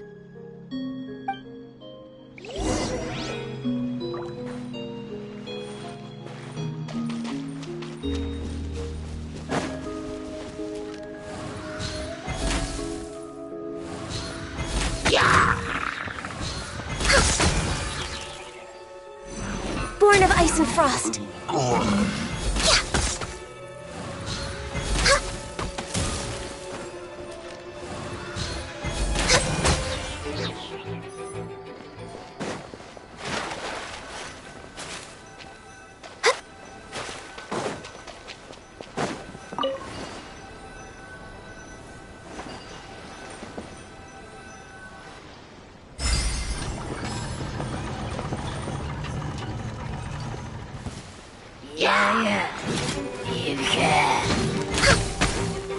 This is long overdue.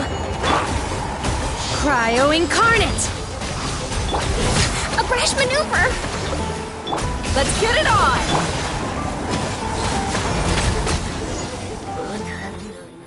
Whew. That's all of them. Thank you so much for your help, everyone. Now, let me take a look at the train.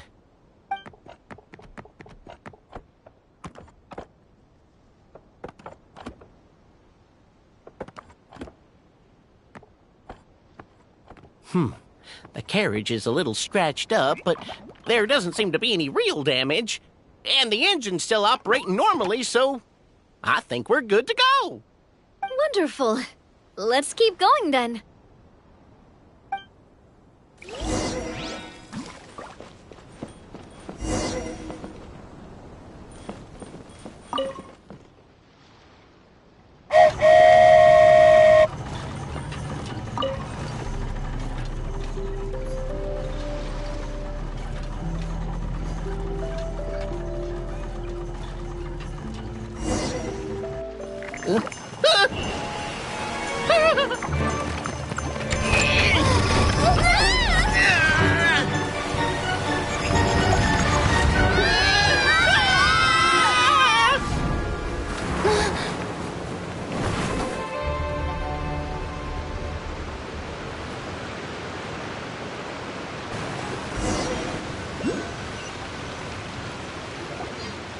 Go forth and witness this world, my...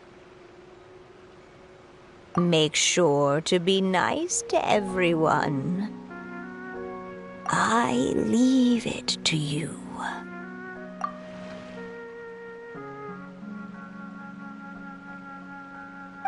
Are you okay, Miss Nilu? I'm fine, but I think the Traveler is still unconscious. We're lucky this guy caught us on the way down. Passed out from a little fall, did ya? How fragile. Oh, cut her some slack. The Traveler's had a rough few days. We should just let her nap for a bit. But my leg's falling asleep. You couldn't have set her down on the grass over there, Hat Guy? Ha! I go out of my way to save 4 people who fall out of the sky, and now you're nitpicking my choice of soft landing? That's the most ridiculous thing I've ever heard.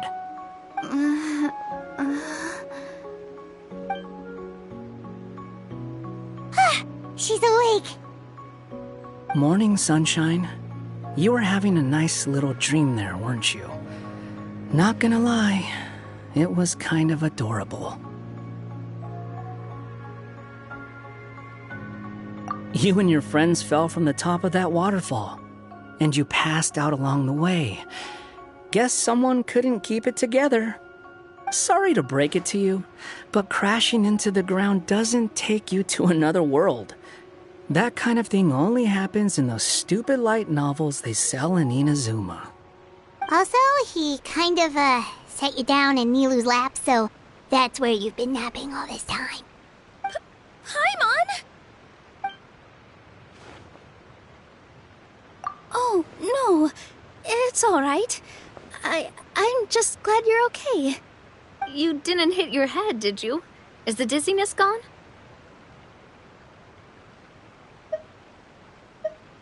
Really? What did they say?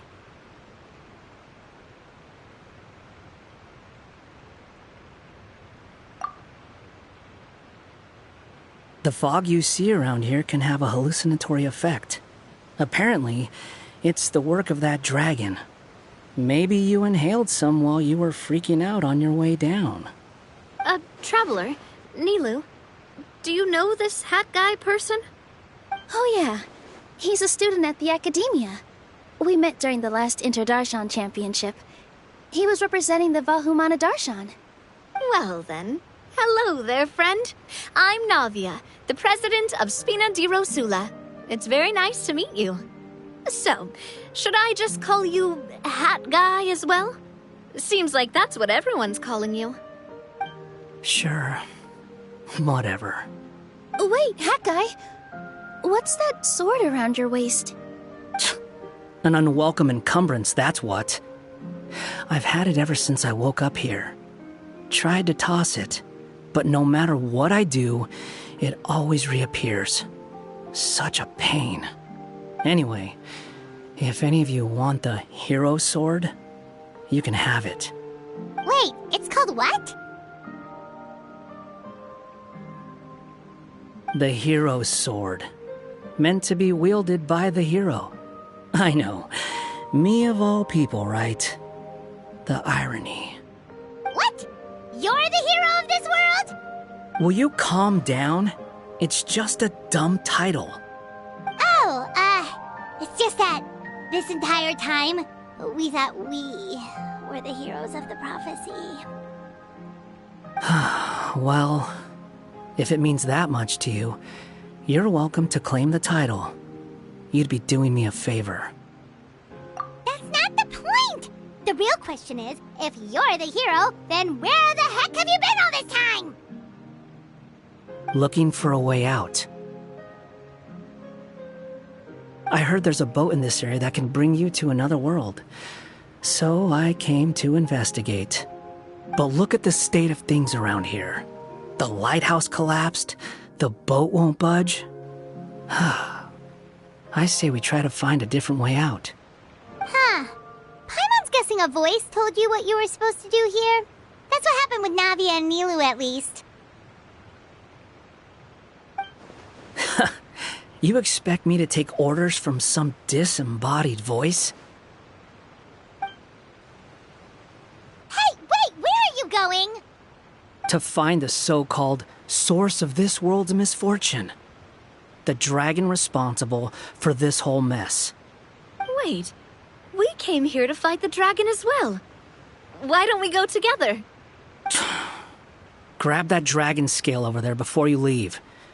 It'll come in handy later. A dragon scale? Where? How did you know about it? What's it for? And... Have you ever considered keeping your questions to yourself? Because if you actually expect me to answer them all, we'll be here until the next Inter-Darshan championship. You little... Paimon thought you might have learned some manners by now, but clearly not!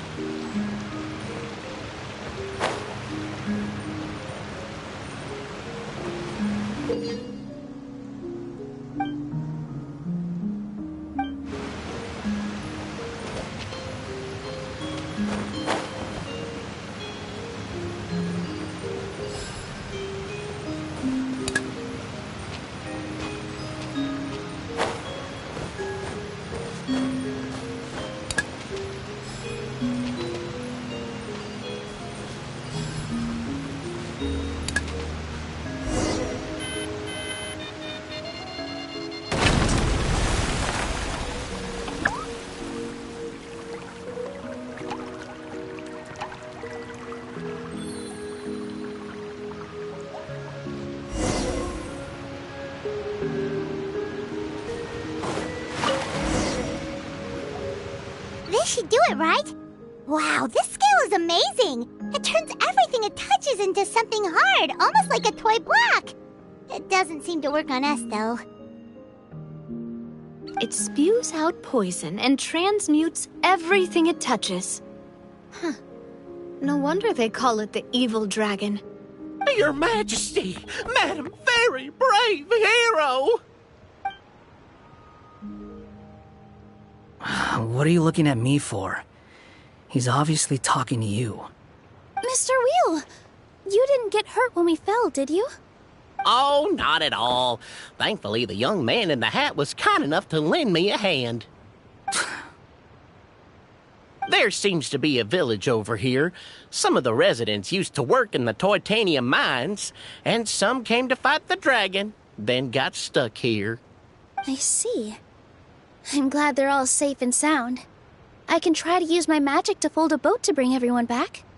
Oh, I'll help too. Still, I think we need to take care of the dragon first. We don't want it to start causing trouble when we're trying to load people onto the ship.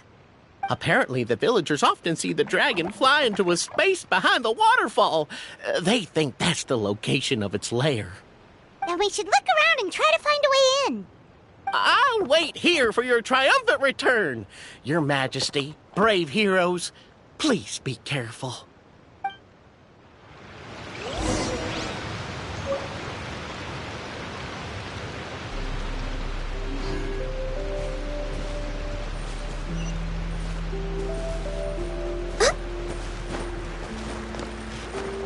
We're way behind schedule.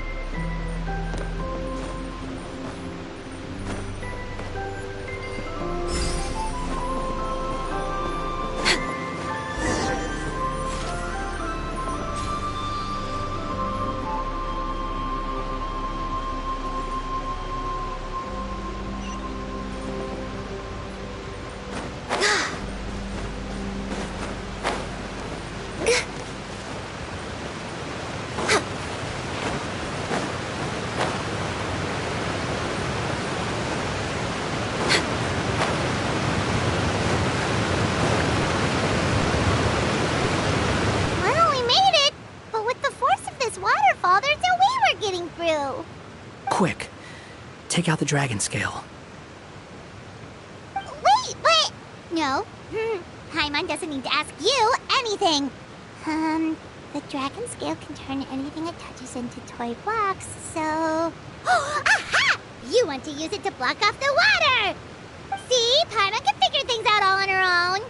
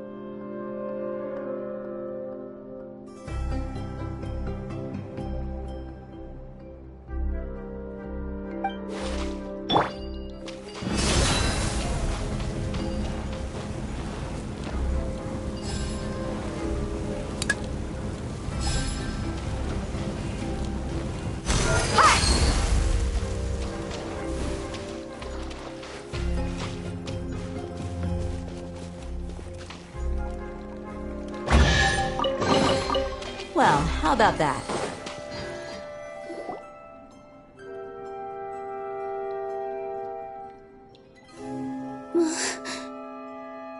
What's wrong, Nilu? Oh, nothing. It's just... I sensed a very powerful magical signature just now. Huh. Guess this is the dragon's lair after all. Huh? When did you put your hat on? Well, we're getting ready to fight, aren't we? I feel more comfortable in my regular outfit. Hat Guy also put away that sword around his waist. Should have never had to use this thing to begin with. Do you need to do anything to prepare, Traveler? Paimon's getting kind of nervous seeing everyone else serious like this.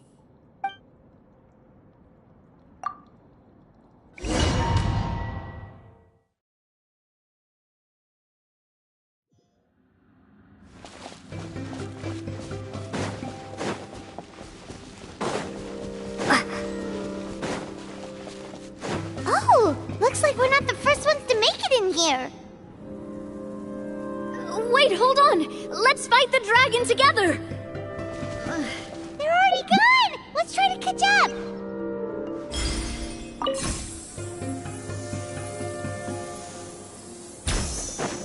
Ooh! What's that sound? Is it an earthquake? Where'd they go? Reckless idiots.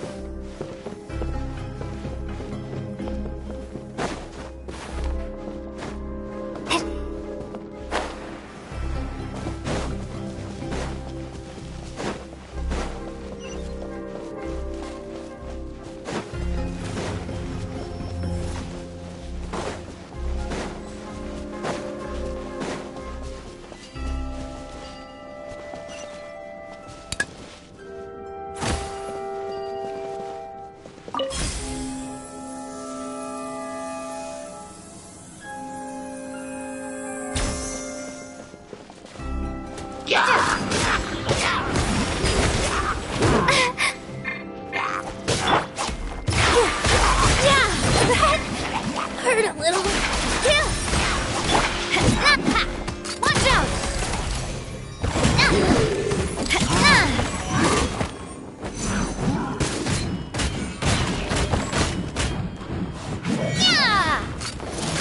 Watch out!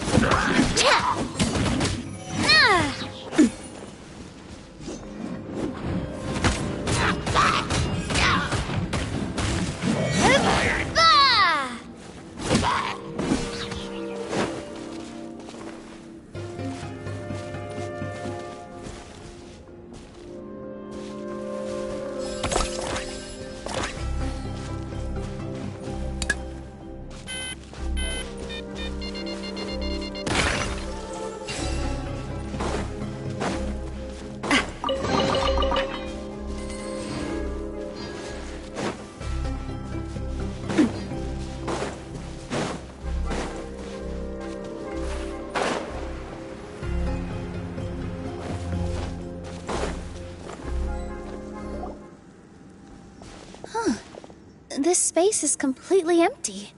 Paimon bets this is where the dragon sleeps. Watch out in front! It's coming!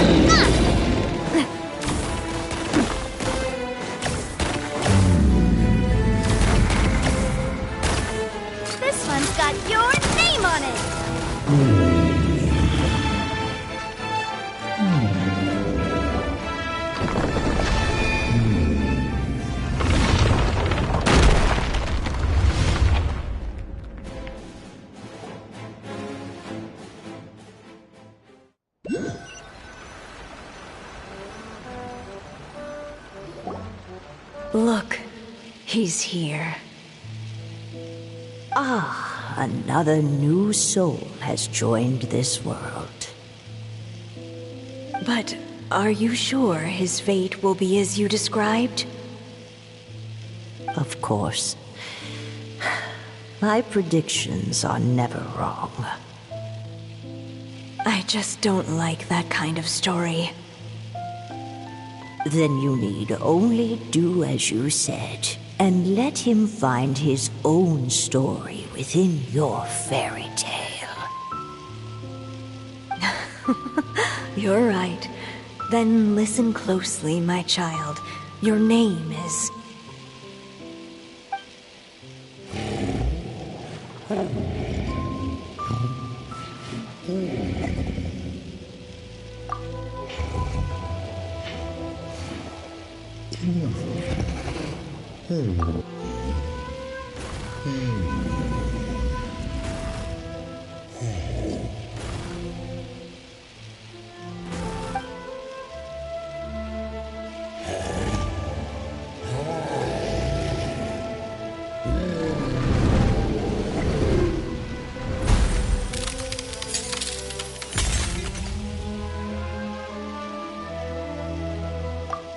It's the dragon! The dragon that destroyed the Titanium mines! Help! Help! Soldiers, pick up your weapons! Destroy that monster!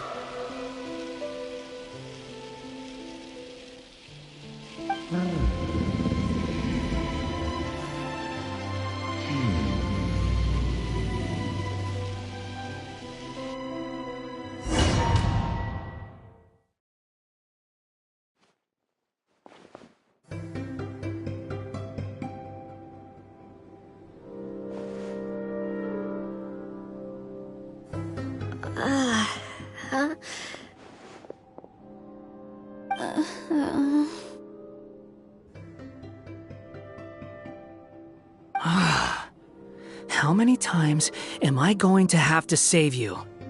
Thank you, Hat Guy. Paimon still feels dizzy. Hey, did any of you also see something strange? It was like we were witnessing... The dragon's memories. Sounds like we all saw the same thing just now. Well, we definitely saw a different side to the story.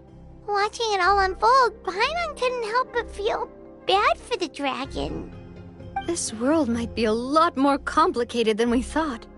The next time we encounter the dragon, how about we try talking to him instead of fighting? That sounds like a good plan. But maybe we should figure out where we ended up first. Huh. If the world above is a fairy tale realm, then maybe we've fallen into the next page of the book. Just keep walking and don't fall behind. Hey, wait for us!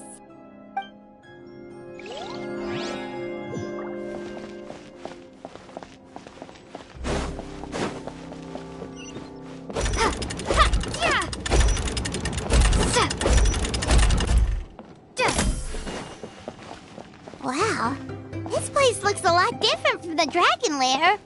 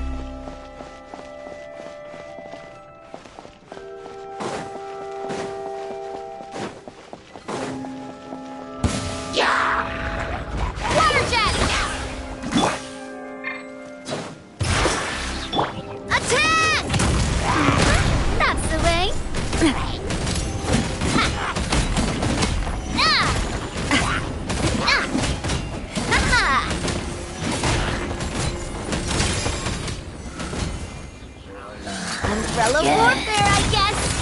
Feeling lucky? Go! Wipe out!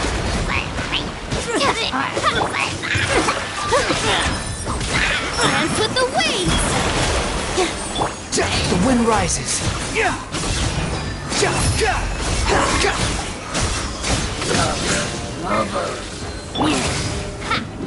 This one's got your name on it! Attack! Umbrella warfare, I guess.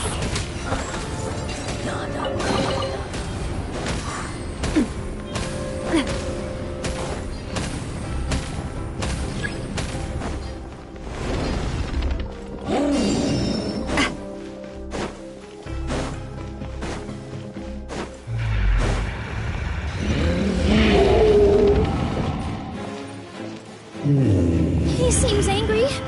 We just want to talk to you.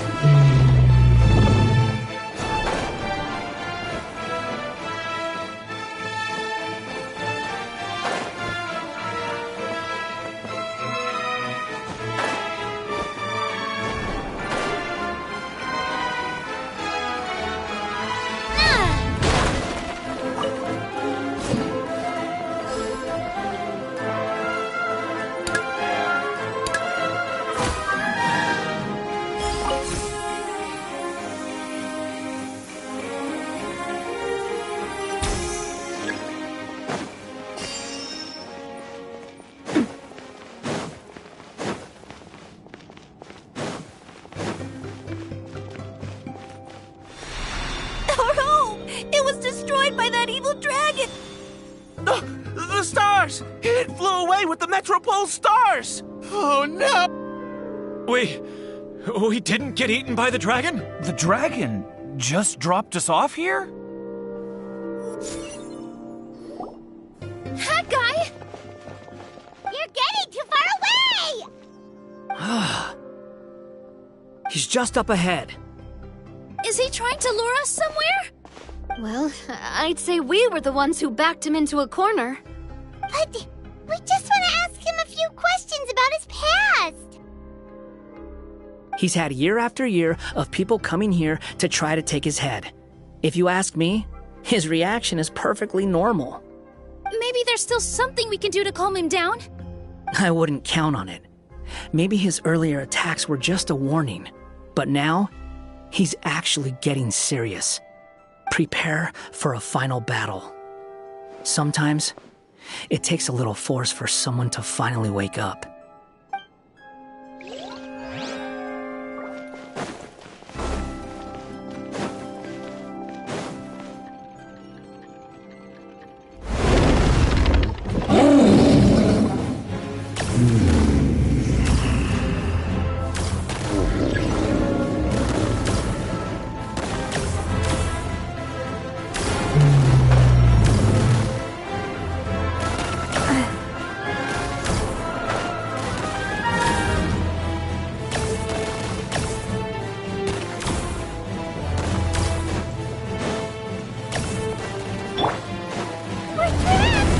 Stubborn beast. You really want to get beat up that bad?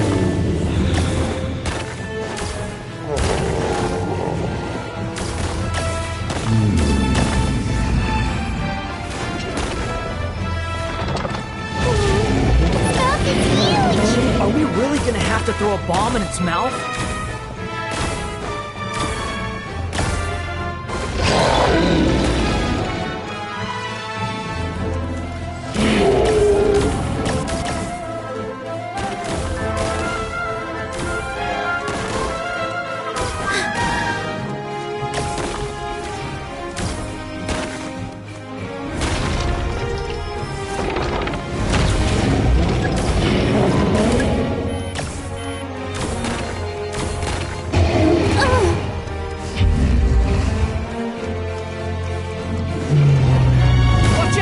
If you fall, you're on your own this time.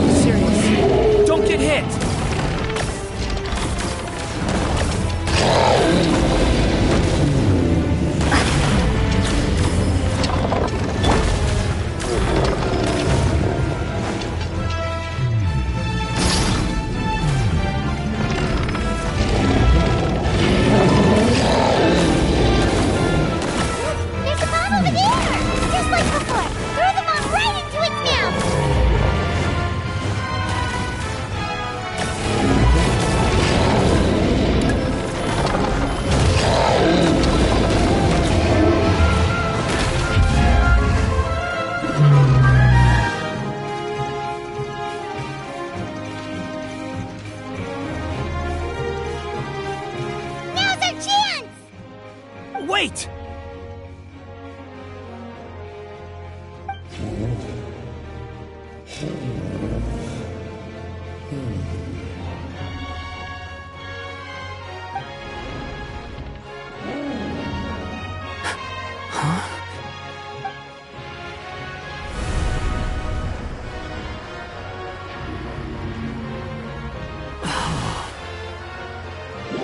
Are we inside the black mist? I see something up ahead. Are you sure you want to create this child, Em? Even after what I told you about his fate? He will be abandoned by his creator, and eventually... I know, Bee. You've told me already. That sad story with the disappointing ending. It's what happened in the real world, isn't it? But that's exactly why I want to change things. In a different world, his story can have a happier ending. That child, his heart is so full of love. I understand, Anya. But know that if you give him that name, his fate in Simulanka is destined to parallel that of his real-world namesake. But there's still a chance, right? Maybe it's a shot in the dark, but I have to try. He deserves a better life. Although, he might need the help of others when the time comes. All right, my dear. The choice is yours. Since you're so persistent, let me tell you a secret. More boring fate talk.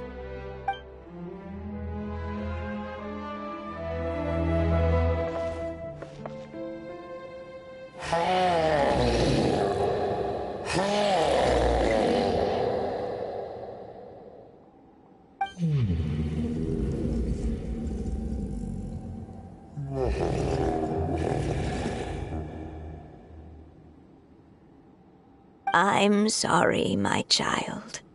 Unlike my friends, I don't have a long time to live. All said and done, the story of my life will be shorter than the fairy tales in this book.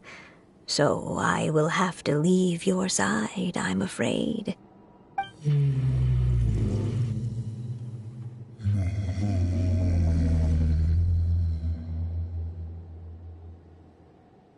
It's okay. It's okay. Once I'm gone, I will become a star in Simulanka and watch over you from above. If you ever feel lonely, just look up towards the sky.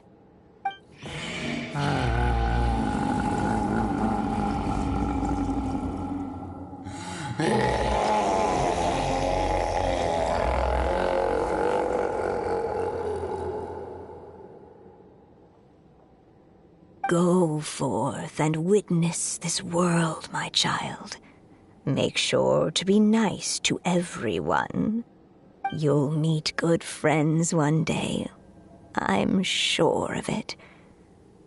That is my wish for your future. As for this world, I leave it to you.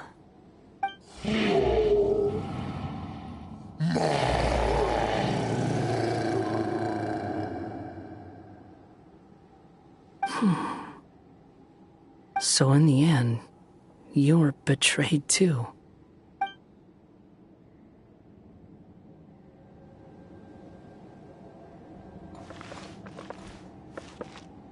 Hey, Mr. Dragon!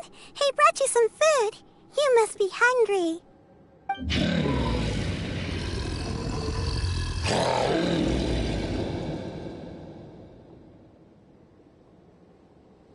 Shh! Quiet! We can't let anyone hear us. Everyone says you're a bad dragon, but you're always nice to me when we play together. You always help me pick flowers way up high that I can't reach.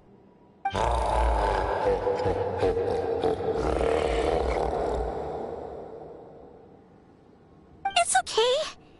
Just keep hiding here, and tomorrow I'll... Oh no, my child! Help! Somebody help me! Save my child! The dragon's trying to kidnap her! No, Mom! It's not like that! Listen to me!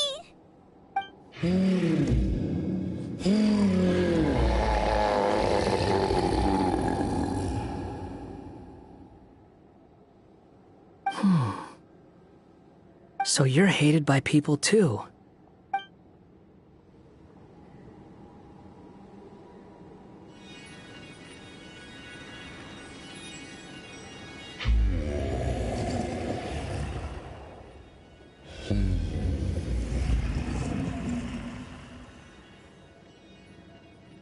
So that's it. That's really your wish? To never have been born at all? That's not a fate you should wish for.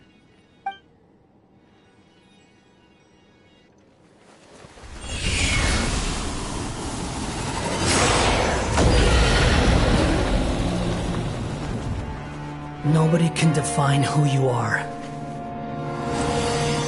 or deny the true feelings of your heart.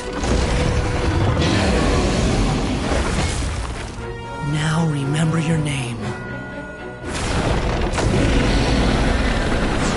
Durin.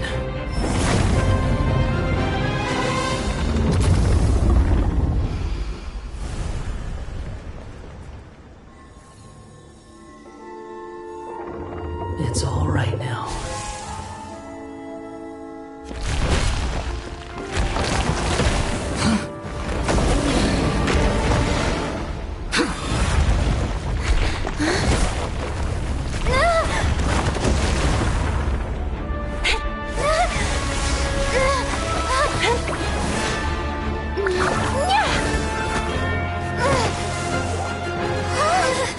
Watch out!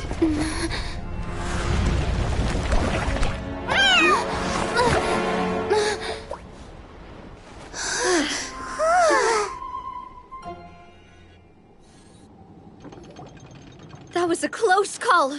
Are you guys all right? Back in Constellation Metropole, I heard people saying you'd gone to fight the dragon, so I followed you here.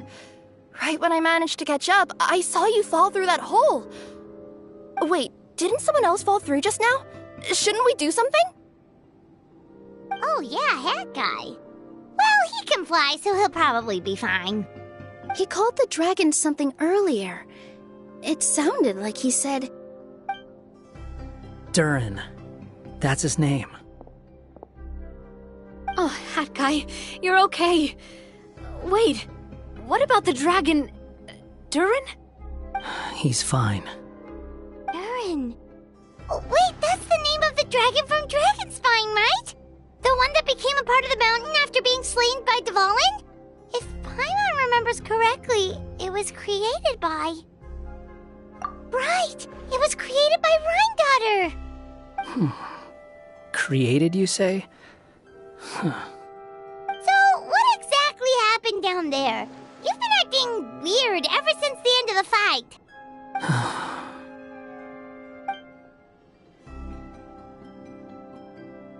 So that's the truth about Simulanka's evil dragon. What we saw in the mist weren't hallucinations, but the dragon's memories.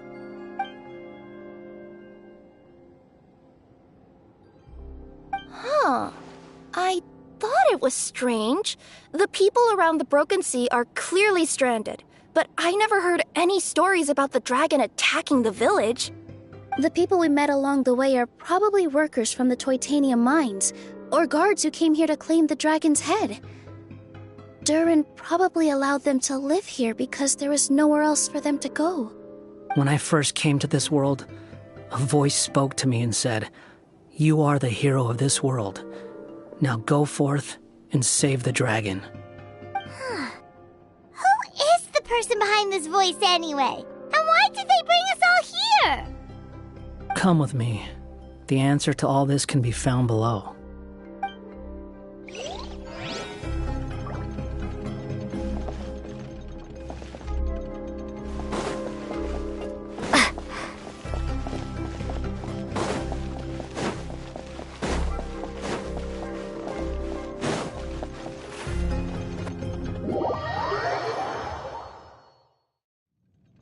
Is this a study? That's right. It belongs to the Goddess of Fate. Goddess of Fate? As in one of the three goddesses who created Simulanka? Or more precisely, M. One of the mages of the Hexenzirkel. Hexenzirkel? As in... Sorry, Paimon shouldn't just regurgitate everything you say. It's a lot to take in. She created the story of Durin. Well, the Simulanka version at least.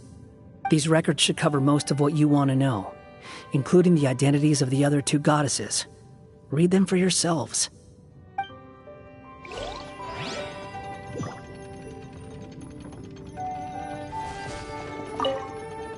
By all rights, I should have been A, since A is the first and last letter of my name. But Alice overruled me on the basis of seniority and said I should be M instead because of my middle name. She really knows how to push my buttons. Still, her magic never fails to amaze me. I still can't believe she got one of my origami frogs to start talking. Why don't I write a story with origami animals as the main characters? Let's see. Once upon a time, in a magical forest, there lived a group of animals made of paper. Barbie loves looking into the future, so she used her powers to map out the fates of all living things in Simulanka. But knowing the ending in advance takes all the fun out of the story. I think I'll make a bet with her. I believe that one day the people of Simulanka will decide to carve their own destiny. Apparently, she wants to build a statue of herself in the capital city. Always looking to add some pizzazz.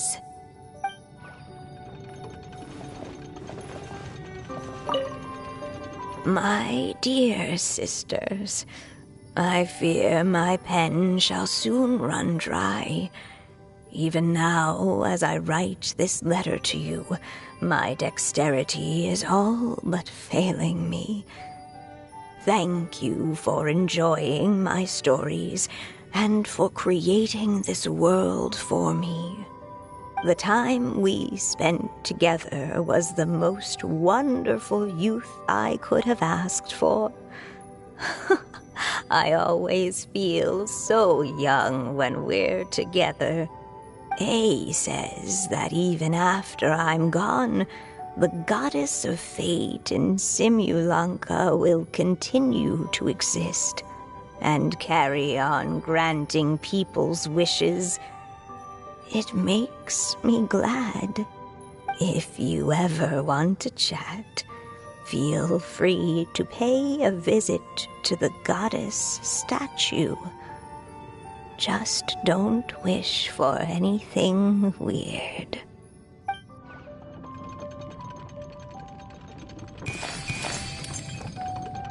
It's Simulanka Durin. And he's looking up at something. A star. This must have been after M passed away. This looks like a mine. Maybe the Toitania miners dug too deep? So deep that they dug right through to the world on the next page. Yeah. Now that you mention it, this miner's lamp looks really similar to the star on the previous page. The Forest of Blessings. This book has been recording Simulanka's history all along. Look at the size of those footprints. If that's every time he lands, then no wonder people are so terrified of him. So that's why you took the stars. Because you missed your mom.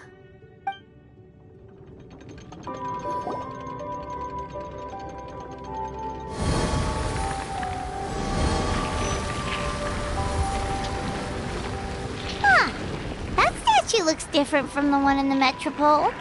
It's a different goddess. This one is the goddess of fate.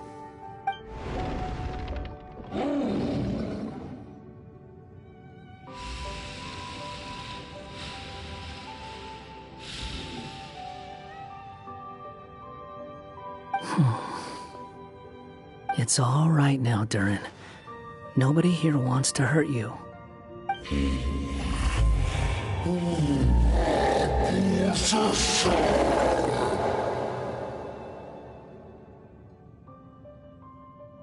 say that, Durin! Paimon made a mistake. She was wrong about you. But it's nice to talk, isn't it? Now that we've all calmed down?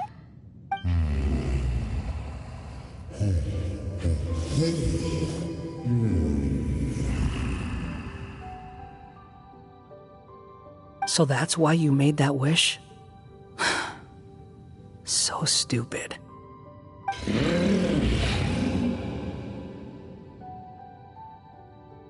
Hey!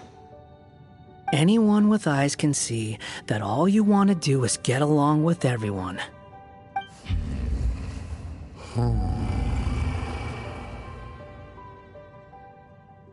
You just want to make friends, people to play with, to talk to, people who accept you, or at least accept your apology.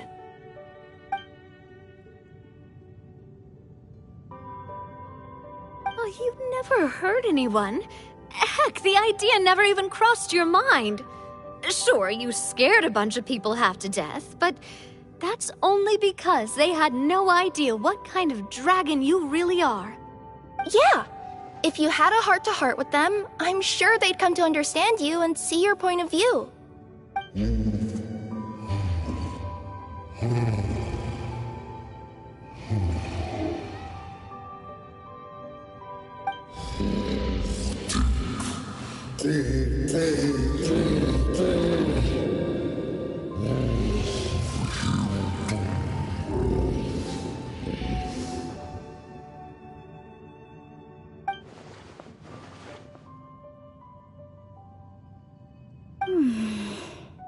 The curse. Huh? Nilu? Is it your true wish to live side by side with the people of Simulanka?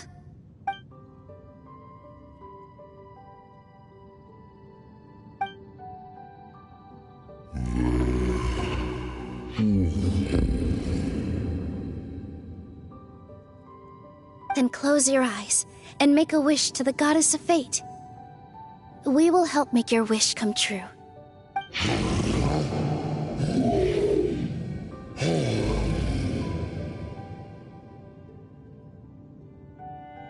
Just trust me.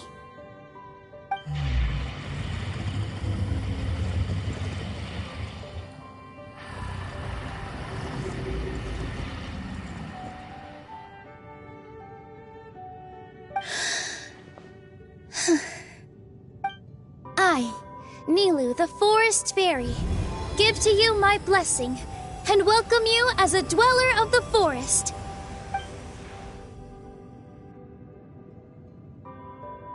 May everyone accept you as one of our own, and may the Forest of Blessings be a place you can call home. I, Navia, King of Constellation Metropole, give you my blessing. I grant you citizenship to my kingdom. Oh, me too!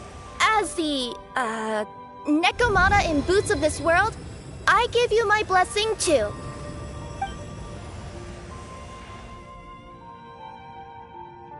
Wait, what's going on?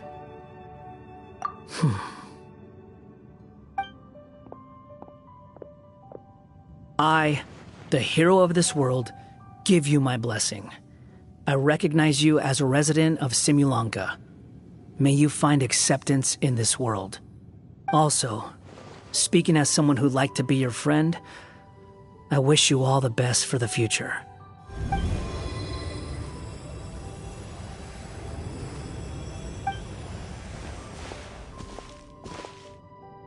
I, a traveler who has traversed many worlds, give to you my blessing. May you find friendship and goodwill no matter where you go.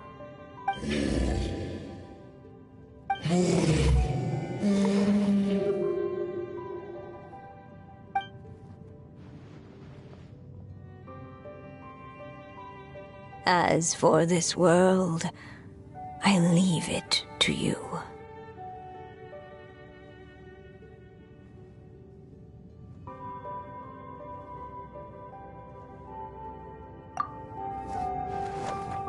Huh? What? Why are you all staring at me? Huh? My claws. Are these my claws? And my wings? Oh, my tail? Does this mean... Wow, you look so cute. Quite a radical transformation. Not that there was anything wrong with the way you looked before, of course. It's just... you get what I mean. How do you feel? Are you happy with your new appearance?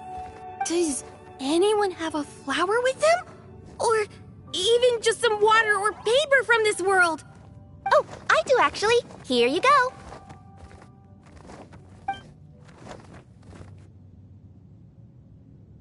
They're not changing. I can touch things without changing them. Hey, that's great! One more flying friend for Paimon! Now the residents of Simulanka won't be scared of you anymore. But what about all the things that I did before?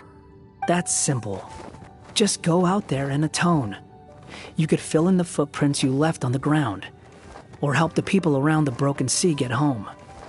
Okay. And you'll come along and help me, right, Hat Guy? Huh? Why would I do that? Because you said you wanted to be my friend. You little... Gah.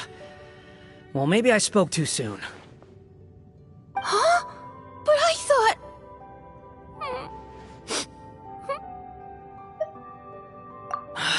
All right, fine. I'll go with you. Really? Yes, really. Lying to you would be no fun anyway. Oh, thank you! You're the first friend to call me by my name! Let's go back up. I'm about to suffocate down here. Oh, it feels so good to finally see Hat Guy meet his match. Yeah, okay. Paimon just never thought we'd see the day, that's all. All right, let's also head back up then. Don't be scared, Durin. We'll be right by your side. Thank you for your blessings, everyone! Oh, this is the happiest day I've had in a really long time!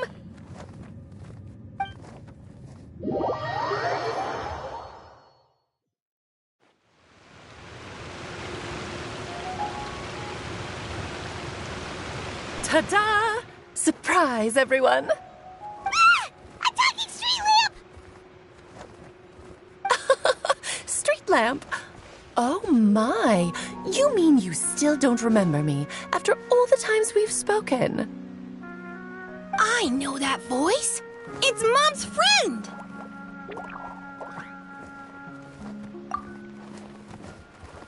Hello there, traveler and friends. And Durin, it's good to see you. You've changed quite a lot. In fact, you look so different that perhaps I should call you Mini Durin. Mini Durin, huh? Yeah, I like the sound of that. It's nice being smaller. You must be one of the 3 goddesses of this world. Are you the goddess of creation? Yep, that's right. But although it's the most impressive sounding of the 3, to be honest, we all made an equal contribution toward the founding of this world. If you've ever read any of M's stories, you'll know just how enchanting the worlds are that she writes about. So enchanting that I just had to step inside and explore it for real. So I got B involved, and with M's consent, created the world of Simulanka. Whoa, whoa, whoa! You're getting a little ahead of yourself. First things first, would you mind explaining what you're doing here? In fact, no! What are we even doing here? Don't worry, all will be revealed. After everything you accomplished on your journey, you're free to ask me anything you want. Let's start with your first question then. I'm here because I sensed a great magic power emanating from the book just now, and I couldn't resist the urge to peek inside and check it out. That must have been when we all gave Mini Durin our blessings, right? Yes, exactly. In the world of fairy tales, words and emotions often carry far more power than any spell. It's all thanks to your magic that Mini Durin was able to take this form. Come say hi to me, little one. Oh, look at you. You're as cute as a button. So, what about us? Was it always part of the plan that we'd come here? Plan isn't the word I'd use.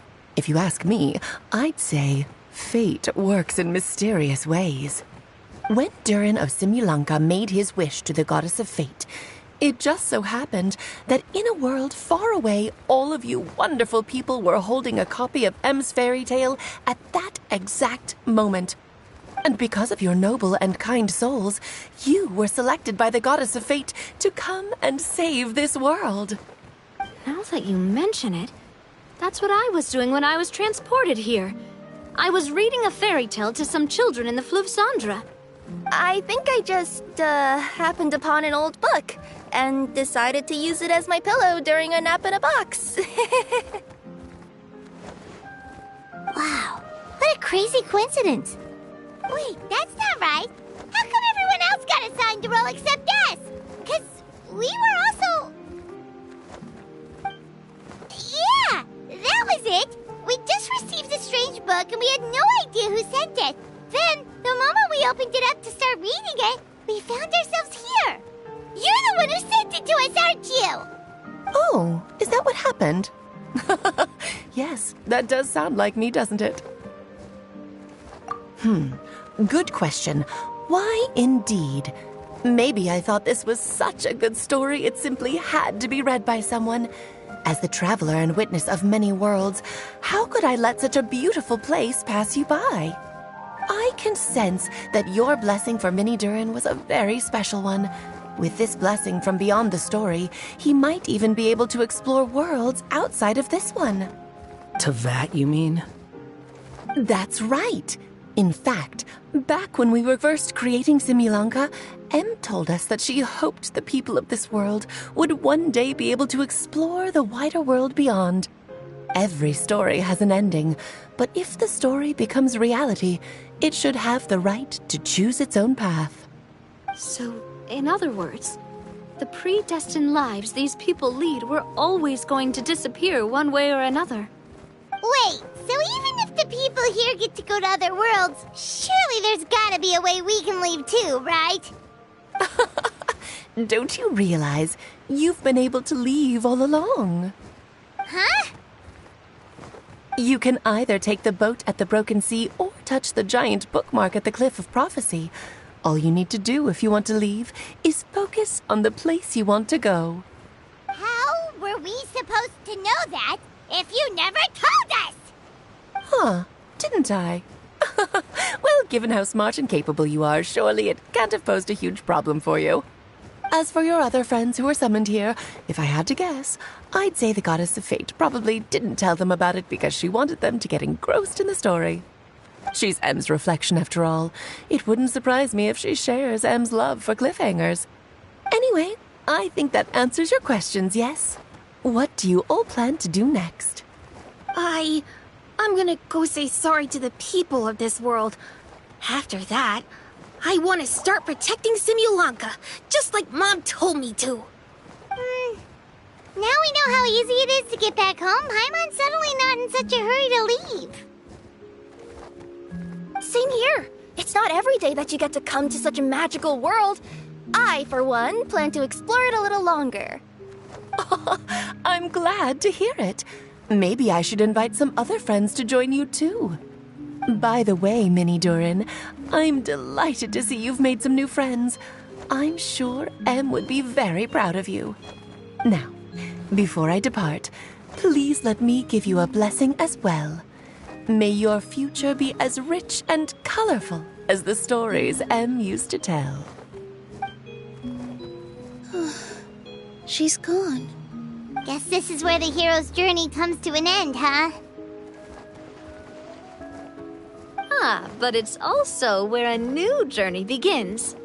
The adventures of Minnie Durin and friends. Huh? An adventure for me? You bet. For starters, I'd love to introduce you to my other friends in the forest. Even though there have been some misunderstandings in the past, I'm sure they'll welcome the new you with open arms. Huh? Stop looking at me. I already said I'll come with you. Whoa! Look over there! Wow. The stars are beautiful. Huh. I'll bet that's a gift to Minnie Durin from the 3 goddesses of this world. Oh. Thank you, Mom.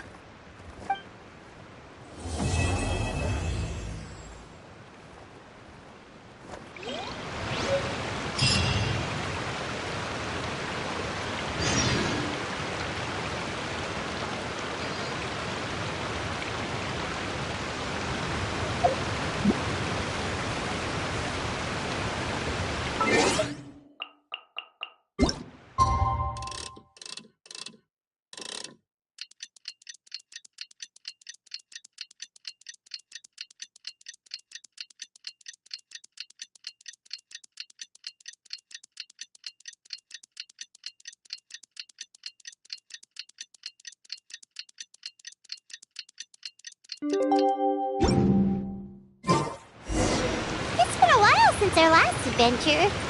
Oh, Paimon wonders how Mini Durin is getting along in Simbulanka. Let's go to the Forest of Blessings and take a look.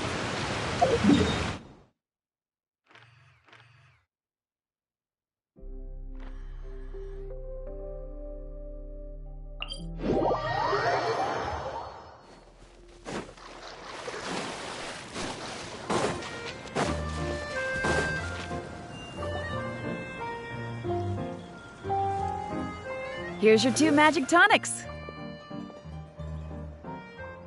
Why, thank you, young lady.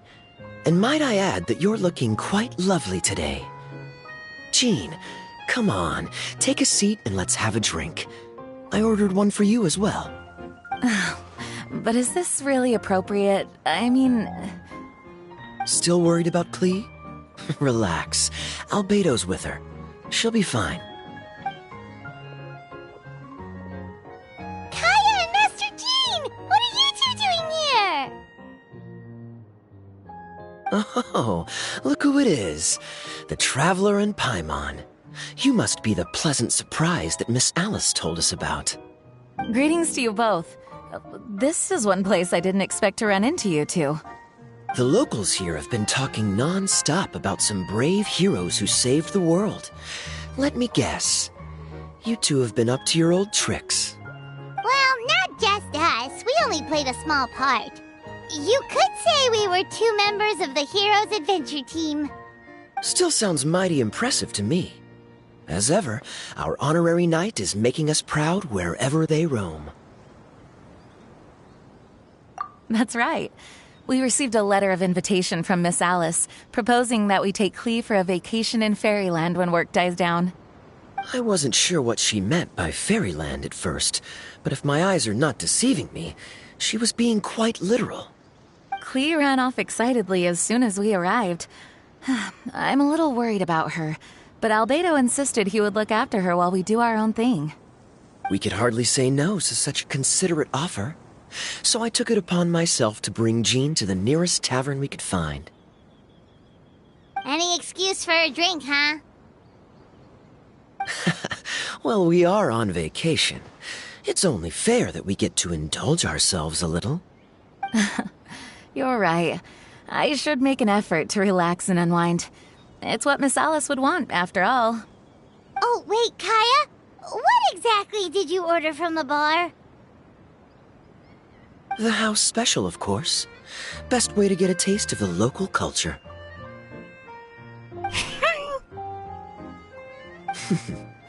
Why are you making that face, Paimon? Nothing. I was just perpetually amused by your lifestyle, that's all. Go on, drink up. Something tells me I need to tread carefully here. Let's see, it's got a lovely color, but how about the taste?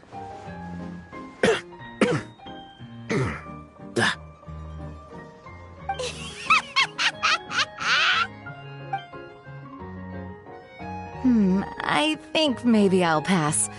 But it's such a shame to waste it. All right, Paimon. Well played. Well, Paimon got burned too, if it's any consolation. It's nothing personal. Oh, by the way, we weren't the only ones who got invited here. I saw Kale earlier. She didn't see me, though. She was making a beeline for that big tree. The Kingdom of Breezes and Bells, you mean? Oh, this is turning into a huge reunion! Maybe we should go say hi to her! All right. Well, give her my regards. Thank you. Enjoy your time here, too.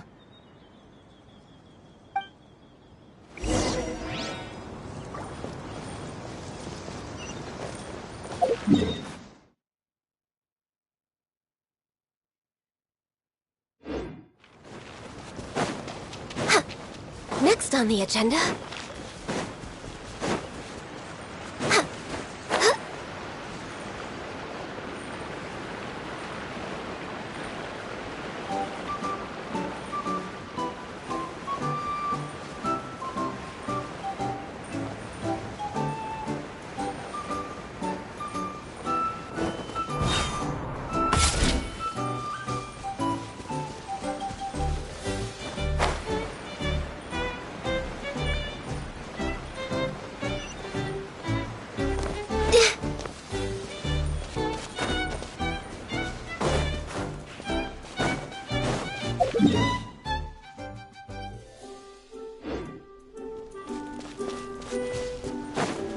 Next on the agenda...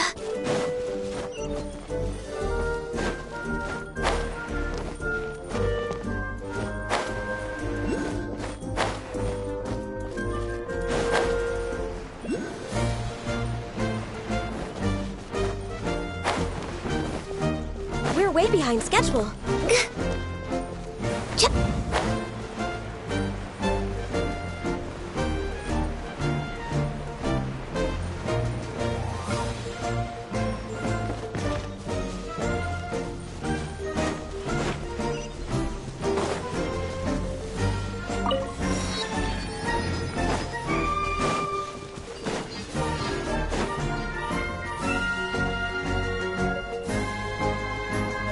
The structure of the tree houses here is nothing short of amazing. I have to write it down so I can tell Master Tighnari all about it later. Hey, Kale! You scared me. Traveler and Paimon? You got invited here too? Yep. Well, they sort of skipped the invitation part, but anyway, what you doing out here? Something caught your eye? Oh, yeah. I'm trying to observe and summarize the structures of the trees here, and also the animals that live here. Well, the residents, I guess? I still can't get over the fact that they're all someone's origami handiwork. Once a forest ranger, always a forest ranger, huh? Not sure you'll be able to apply much of what you learn here back home, though, with this being a magical world and everything. What? Over there, by the giant footprint, have those houses always been there? Oh, those? The local flying squirrels told me that they were built by a small dragon and some guy wearing a hat. Oh, that must have been Mini Durin and Hat Guy. Any idea where they went? Supposedly, after building the houses, they went to somewhere called, Constellation Metropole? Did I say that right? Yep, you got it. Oh, also, when the locals mentioned the dragon, did they seem at all, did they say how they felt about him at all? Now that you mention it, the atmosphere changed a little when they talked about him. Oh no.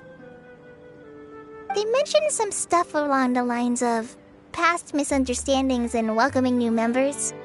I only just got here, so I know very little about what has happened in the past. They seemed genuinely grateful for the houses, though, and said they were going to plan a welcome party. Oh, thank goodness. Whew. Sounds like the forest has begun to accept him. It's a step in the right direction. Are you looking for that small dragon? Yeah, he's a new friend we made after we arrived here. No way! Really?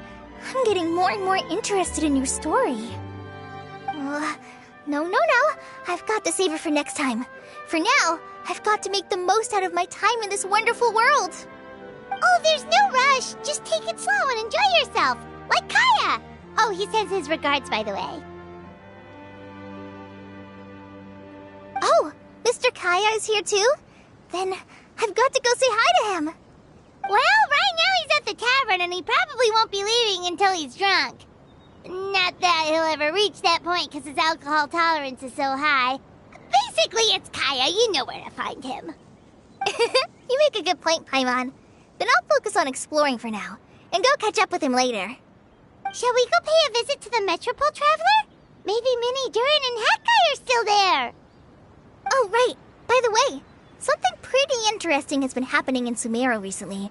Master Tighnari has been working really hard on it, so if you have time, definitely go and check it out. Sounds good. We'll find some time in our schedule. Of course. See you later.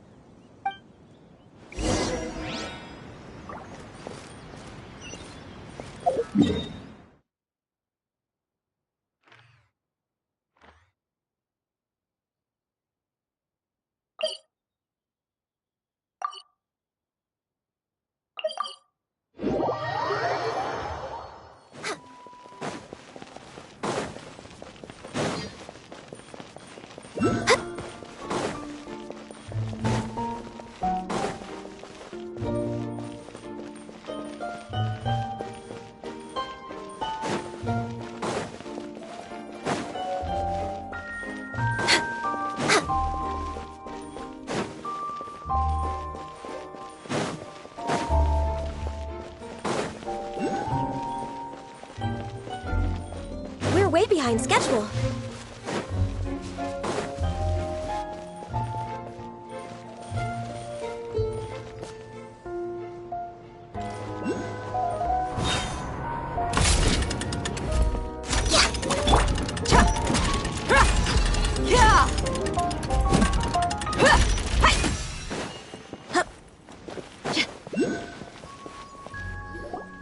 What?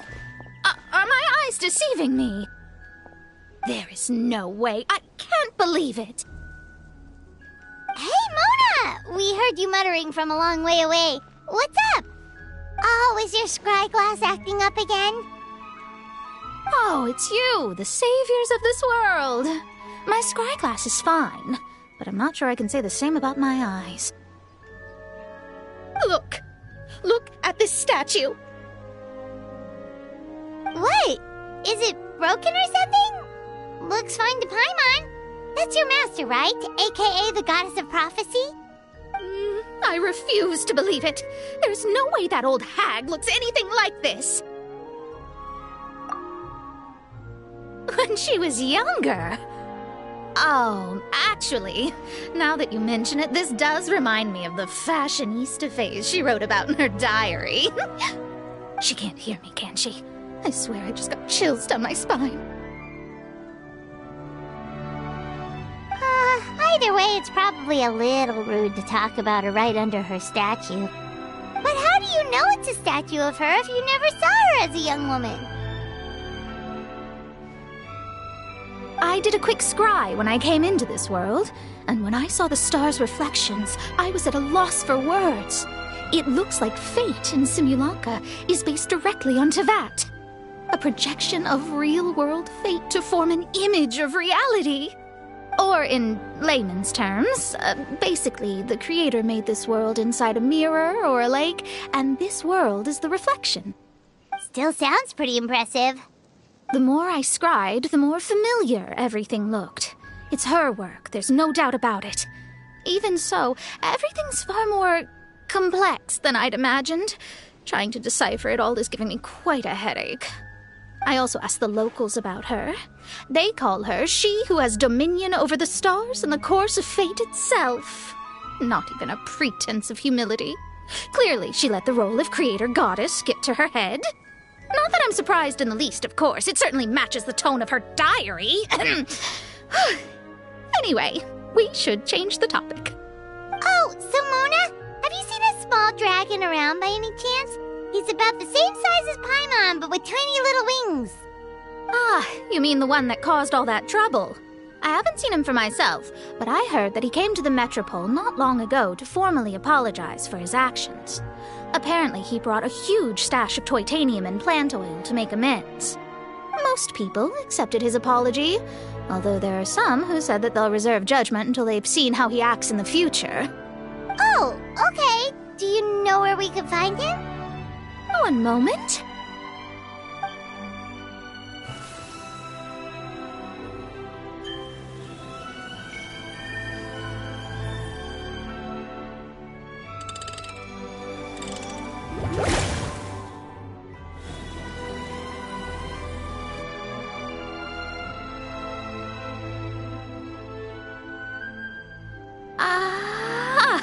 It looks like he's at the Broken Sea. There's a big group of people with him, too. Cool! Wanna come with us? We can introduce you? I think I'll sit this one out. This might be the closest I ever get to meeting the old hag in her youth, so I think I'll spend some time seeing what else I can glean from her grand design. You guys have fun. What do you mean, be careful? Now you're making me nervous. We'll be off now. See you later, Mona!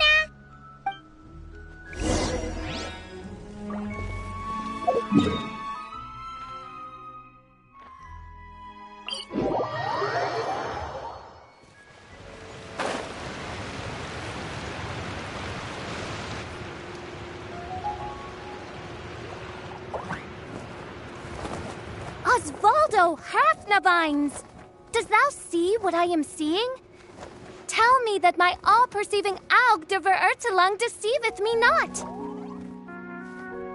Your eyes see true, main Fräulein. Very well. Then, as sovereign ruler of the Immanakreich, I extend to you both my greetings, O Night Dragon from the land of the Thousand Stars and his hat-wearing servant.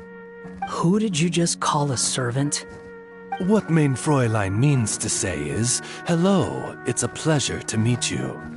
Pleasure to meet you too. But Hat Guy's not my servant. He's my friend. Now you're over-explaining. Hat Guy, Mini Durin! Found you at last. Whoa, and Fischl's with you too? Oh, greetings, Outlander blessed by the Immanakreich. How honored you are to meet your princessin beneath the stars of another sky. Clearly a decision made by fate itself. Miss Honorary Knight, Paimon!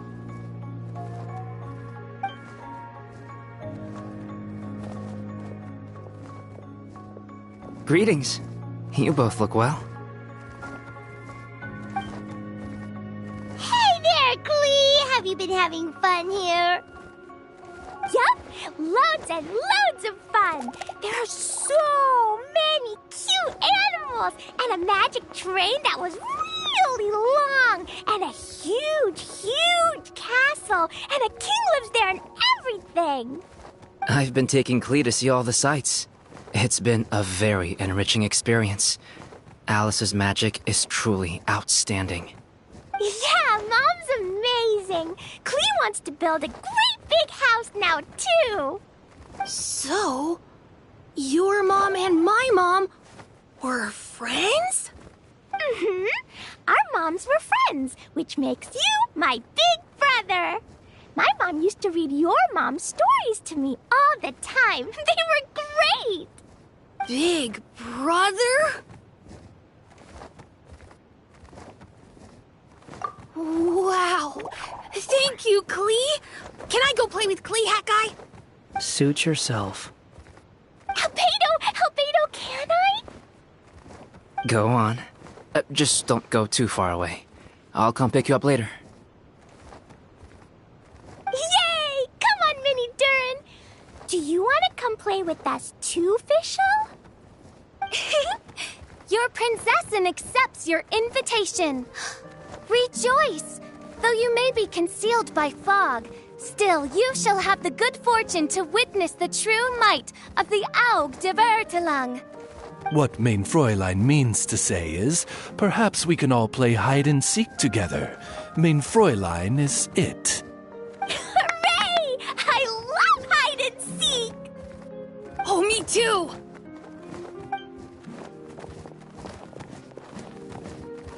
To return to our previous discussion, Mr. Hat Guy, you were telling me about a prophecy? I heard B talking to M. What she said was... Since you're so persistent, let me tell you a secret. Our child will one day rise from the dead. Is she saying that Dragonspine Durin will come back to life? I only heard it in a memory, so don't hold me to it. Understood. My recent observations at Dragonspine lend credence to this prophecy as well. Durin's heart has slowly but surely been growing in vitality. The process is extremely slow, but the trend is clear. What should we do? To start with, plan for every potential scenario, including, of course, the worst-case scenario. I am well aware of Durin's past, and I sincerely hope that things never escalate to that point. Still, we need to be prepared for every possibility. If the prophecy is true, and Durin's heart will one day beat again, I'd like to hope that whatever rises from the dead is no evil dragon, if you understand what I mean. Kind of? But not really. And so, when the time comes, Mr. Hat Guy, will you and Similanka's Durin be willing to lend us a hand in our hour of need? Huh? What's this got to do with me? You saved the Durin of this world. I don't see that as a mere coincidence. If there is any meaning to be read into the actions of the three goddesses, beyond fairy tale whimsy alone, I can only boldly speculate that the fate of this reflected world may have a reciprocal effect upon our own world. If Durin of Dragonspine will soon come back to life, we will need many Durin's help, as well as yours, given that your fates are now intertwined. Well, that's a nuisance. To be sure, it certainly won't be easy. Albedo! There's a flying paper ship over there! Can we go see it together, please? Sure. 2 seconds, I'll be right with you. Please give my suggestion some thought, Mr. Hat Guy.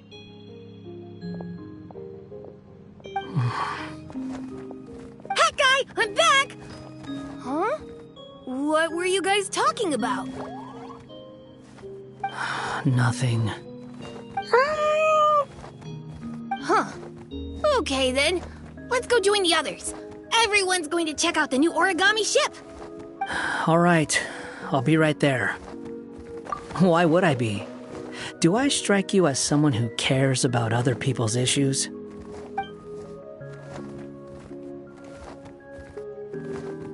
Quit trying to guess what I'm thinking. I'm leaving.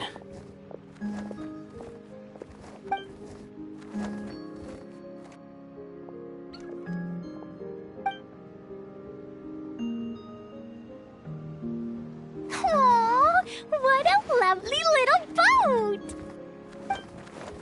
The forest fairy helped us make it. Paimon just realized there's a lot fewer people around the Broken Sea now. Guess most of them have made their way back to the Metropole. Does this boat have a name? I can't see one anywhere. Huh? A name? Every boat has a name. At least, all the ones I've seen before. They're usually symbolic names that represent something aspirational.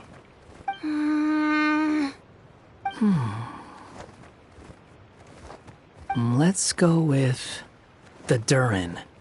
Huh? You want to name it after me? Oh, you mean to wish Mini Durin a safe voyage as he sails into a new chapter of his life beyond this world? Your princessin approves. Let this vessel bear the name of the most esteemed dragon of the night. The Durin. Let's call it that then. Thank you, Hat Guy. Also, can I ask you a favor? Go on. Remember how Mom's friend said I should be able to leave this world? Well, I want to pay a visit to your world. Just a quick trip, can we? Huh? Is that a no? Paimon thinks that's a great idea.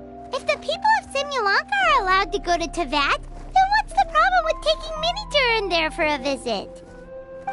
I'm assuming I'll have to be your bodyguard while we're there. I can protect myself. And I'll do what you say. I won't fly off on my own, I promise. Please, can I go? It'll be up to you to stick close. If you disappear on me, don't expect me to come looking. Got it! I'll stick close. Why don't you take the Durin? Now you've given it a name, it'll be a maiden voyage for the boat and a brand new journey for you. Are you leaving, Mini Durin? Okay. Well, make sure you come visit me in Mondstadt so we can play together again. Klee will draw you a map to show you the way.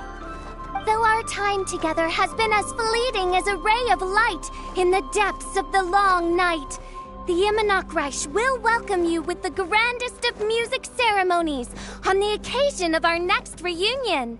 As surely as the stars in the sky watch over us, we shall meet again. What Main Fräulein means is that you're always welcome to visit her at home as well. Cool. I have so many new friends now. I'm so happy. are you done yet? If you want to leave, then get over here. Thank you, everyone! Thank you so much! The blessings you gave me are more precious than any treasure, and more beautiful than any fairy tale! Next time, it will be my turn to make your wishes come true!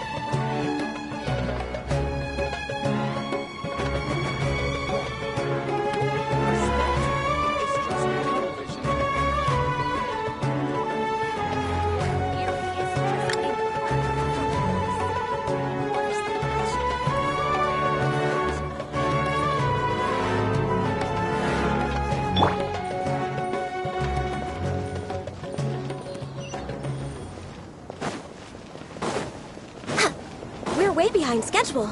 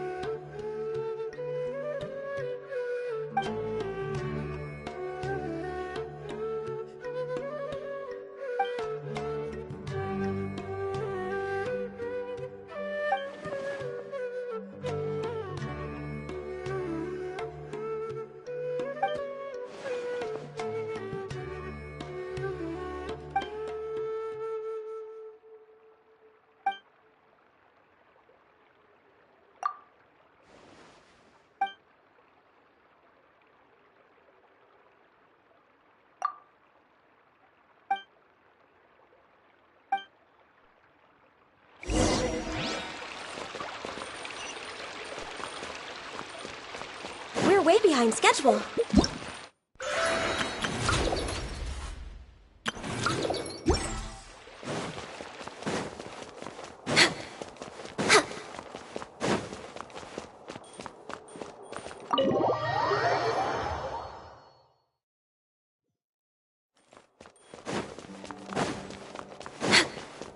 We're way behind schedule.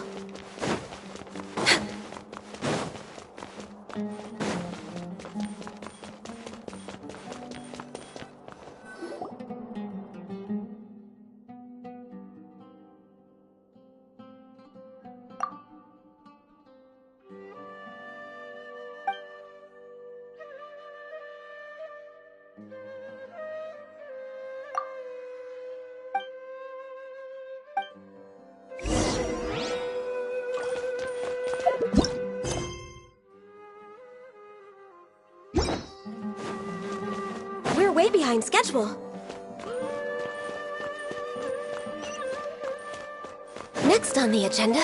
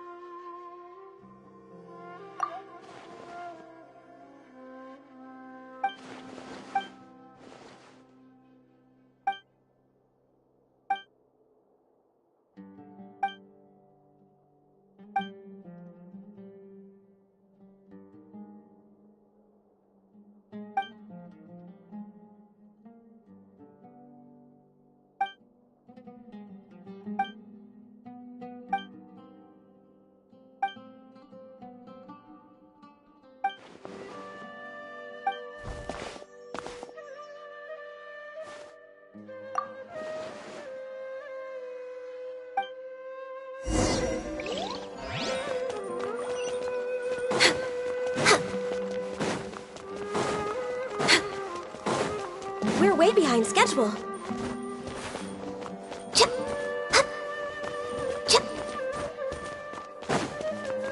Next on the agenda...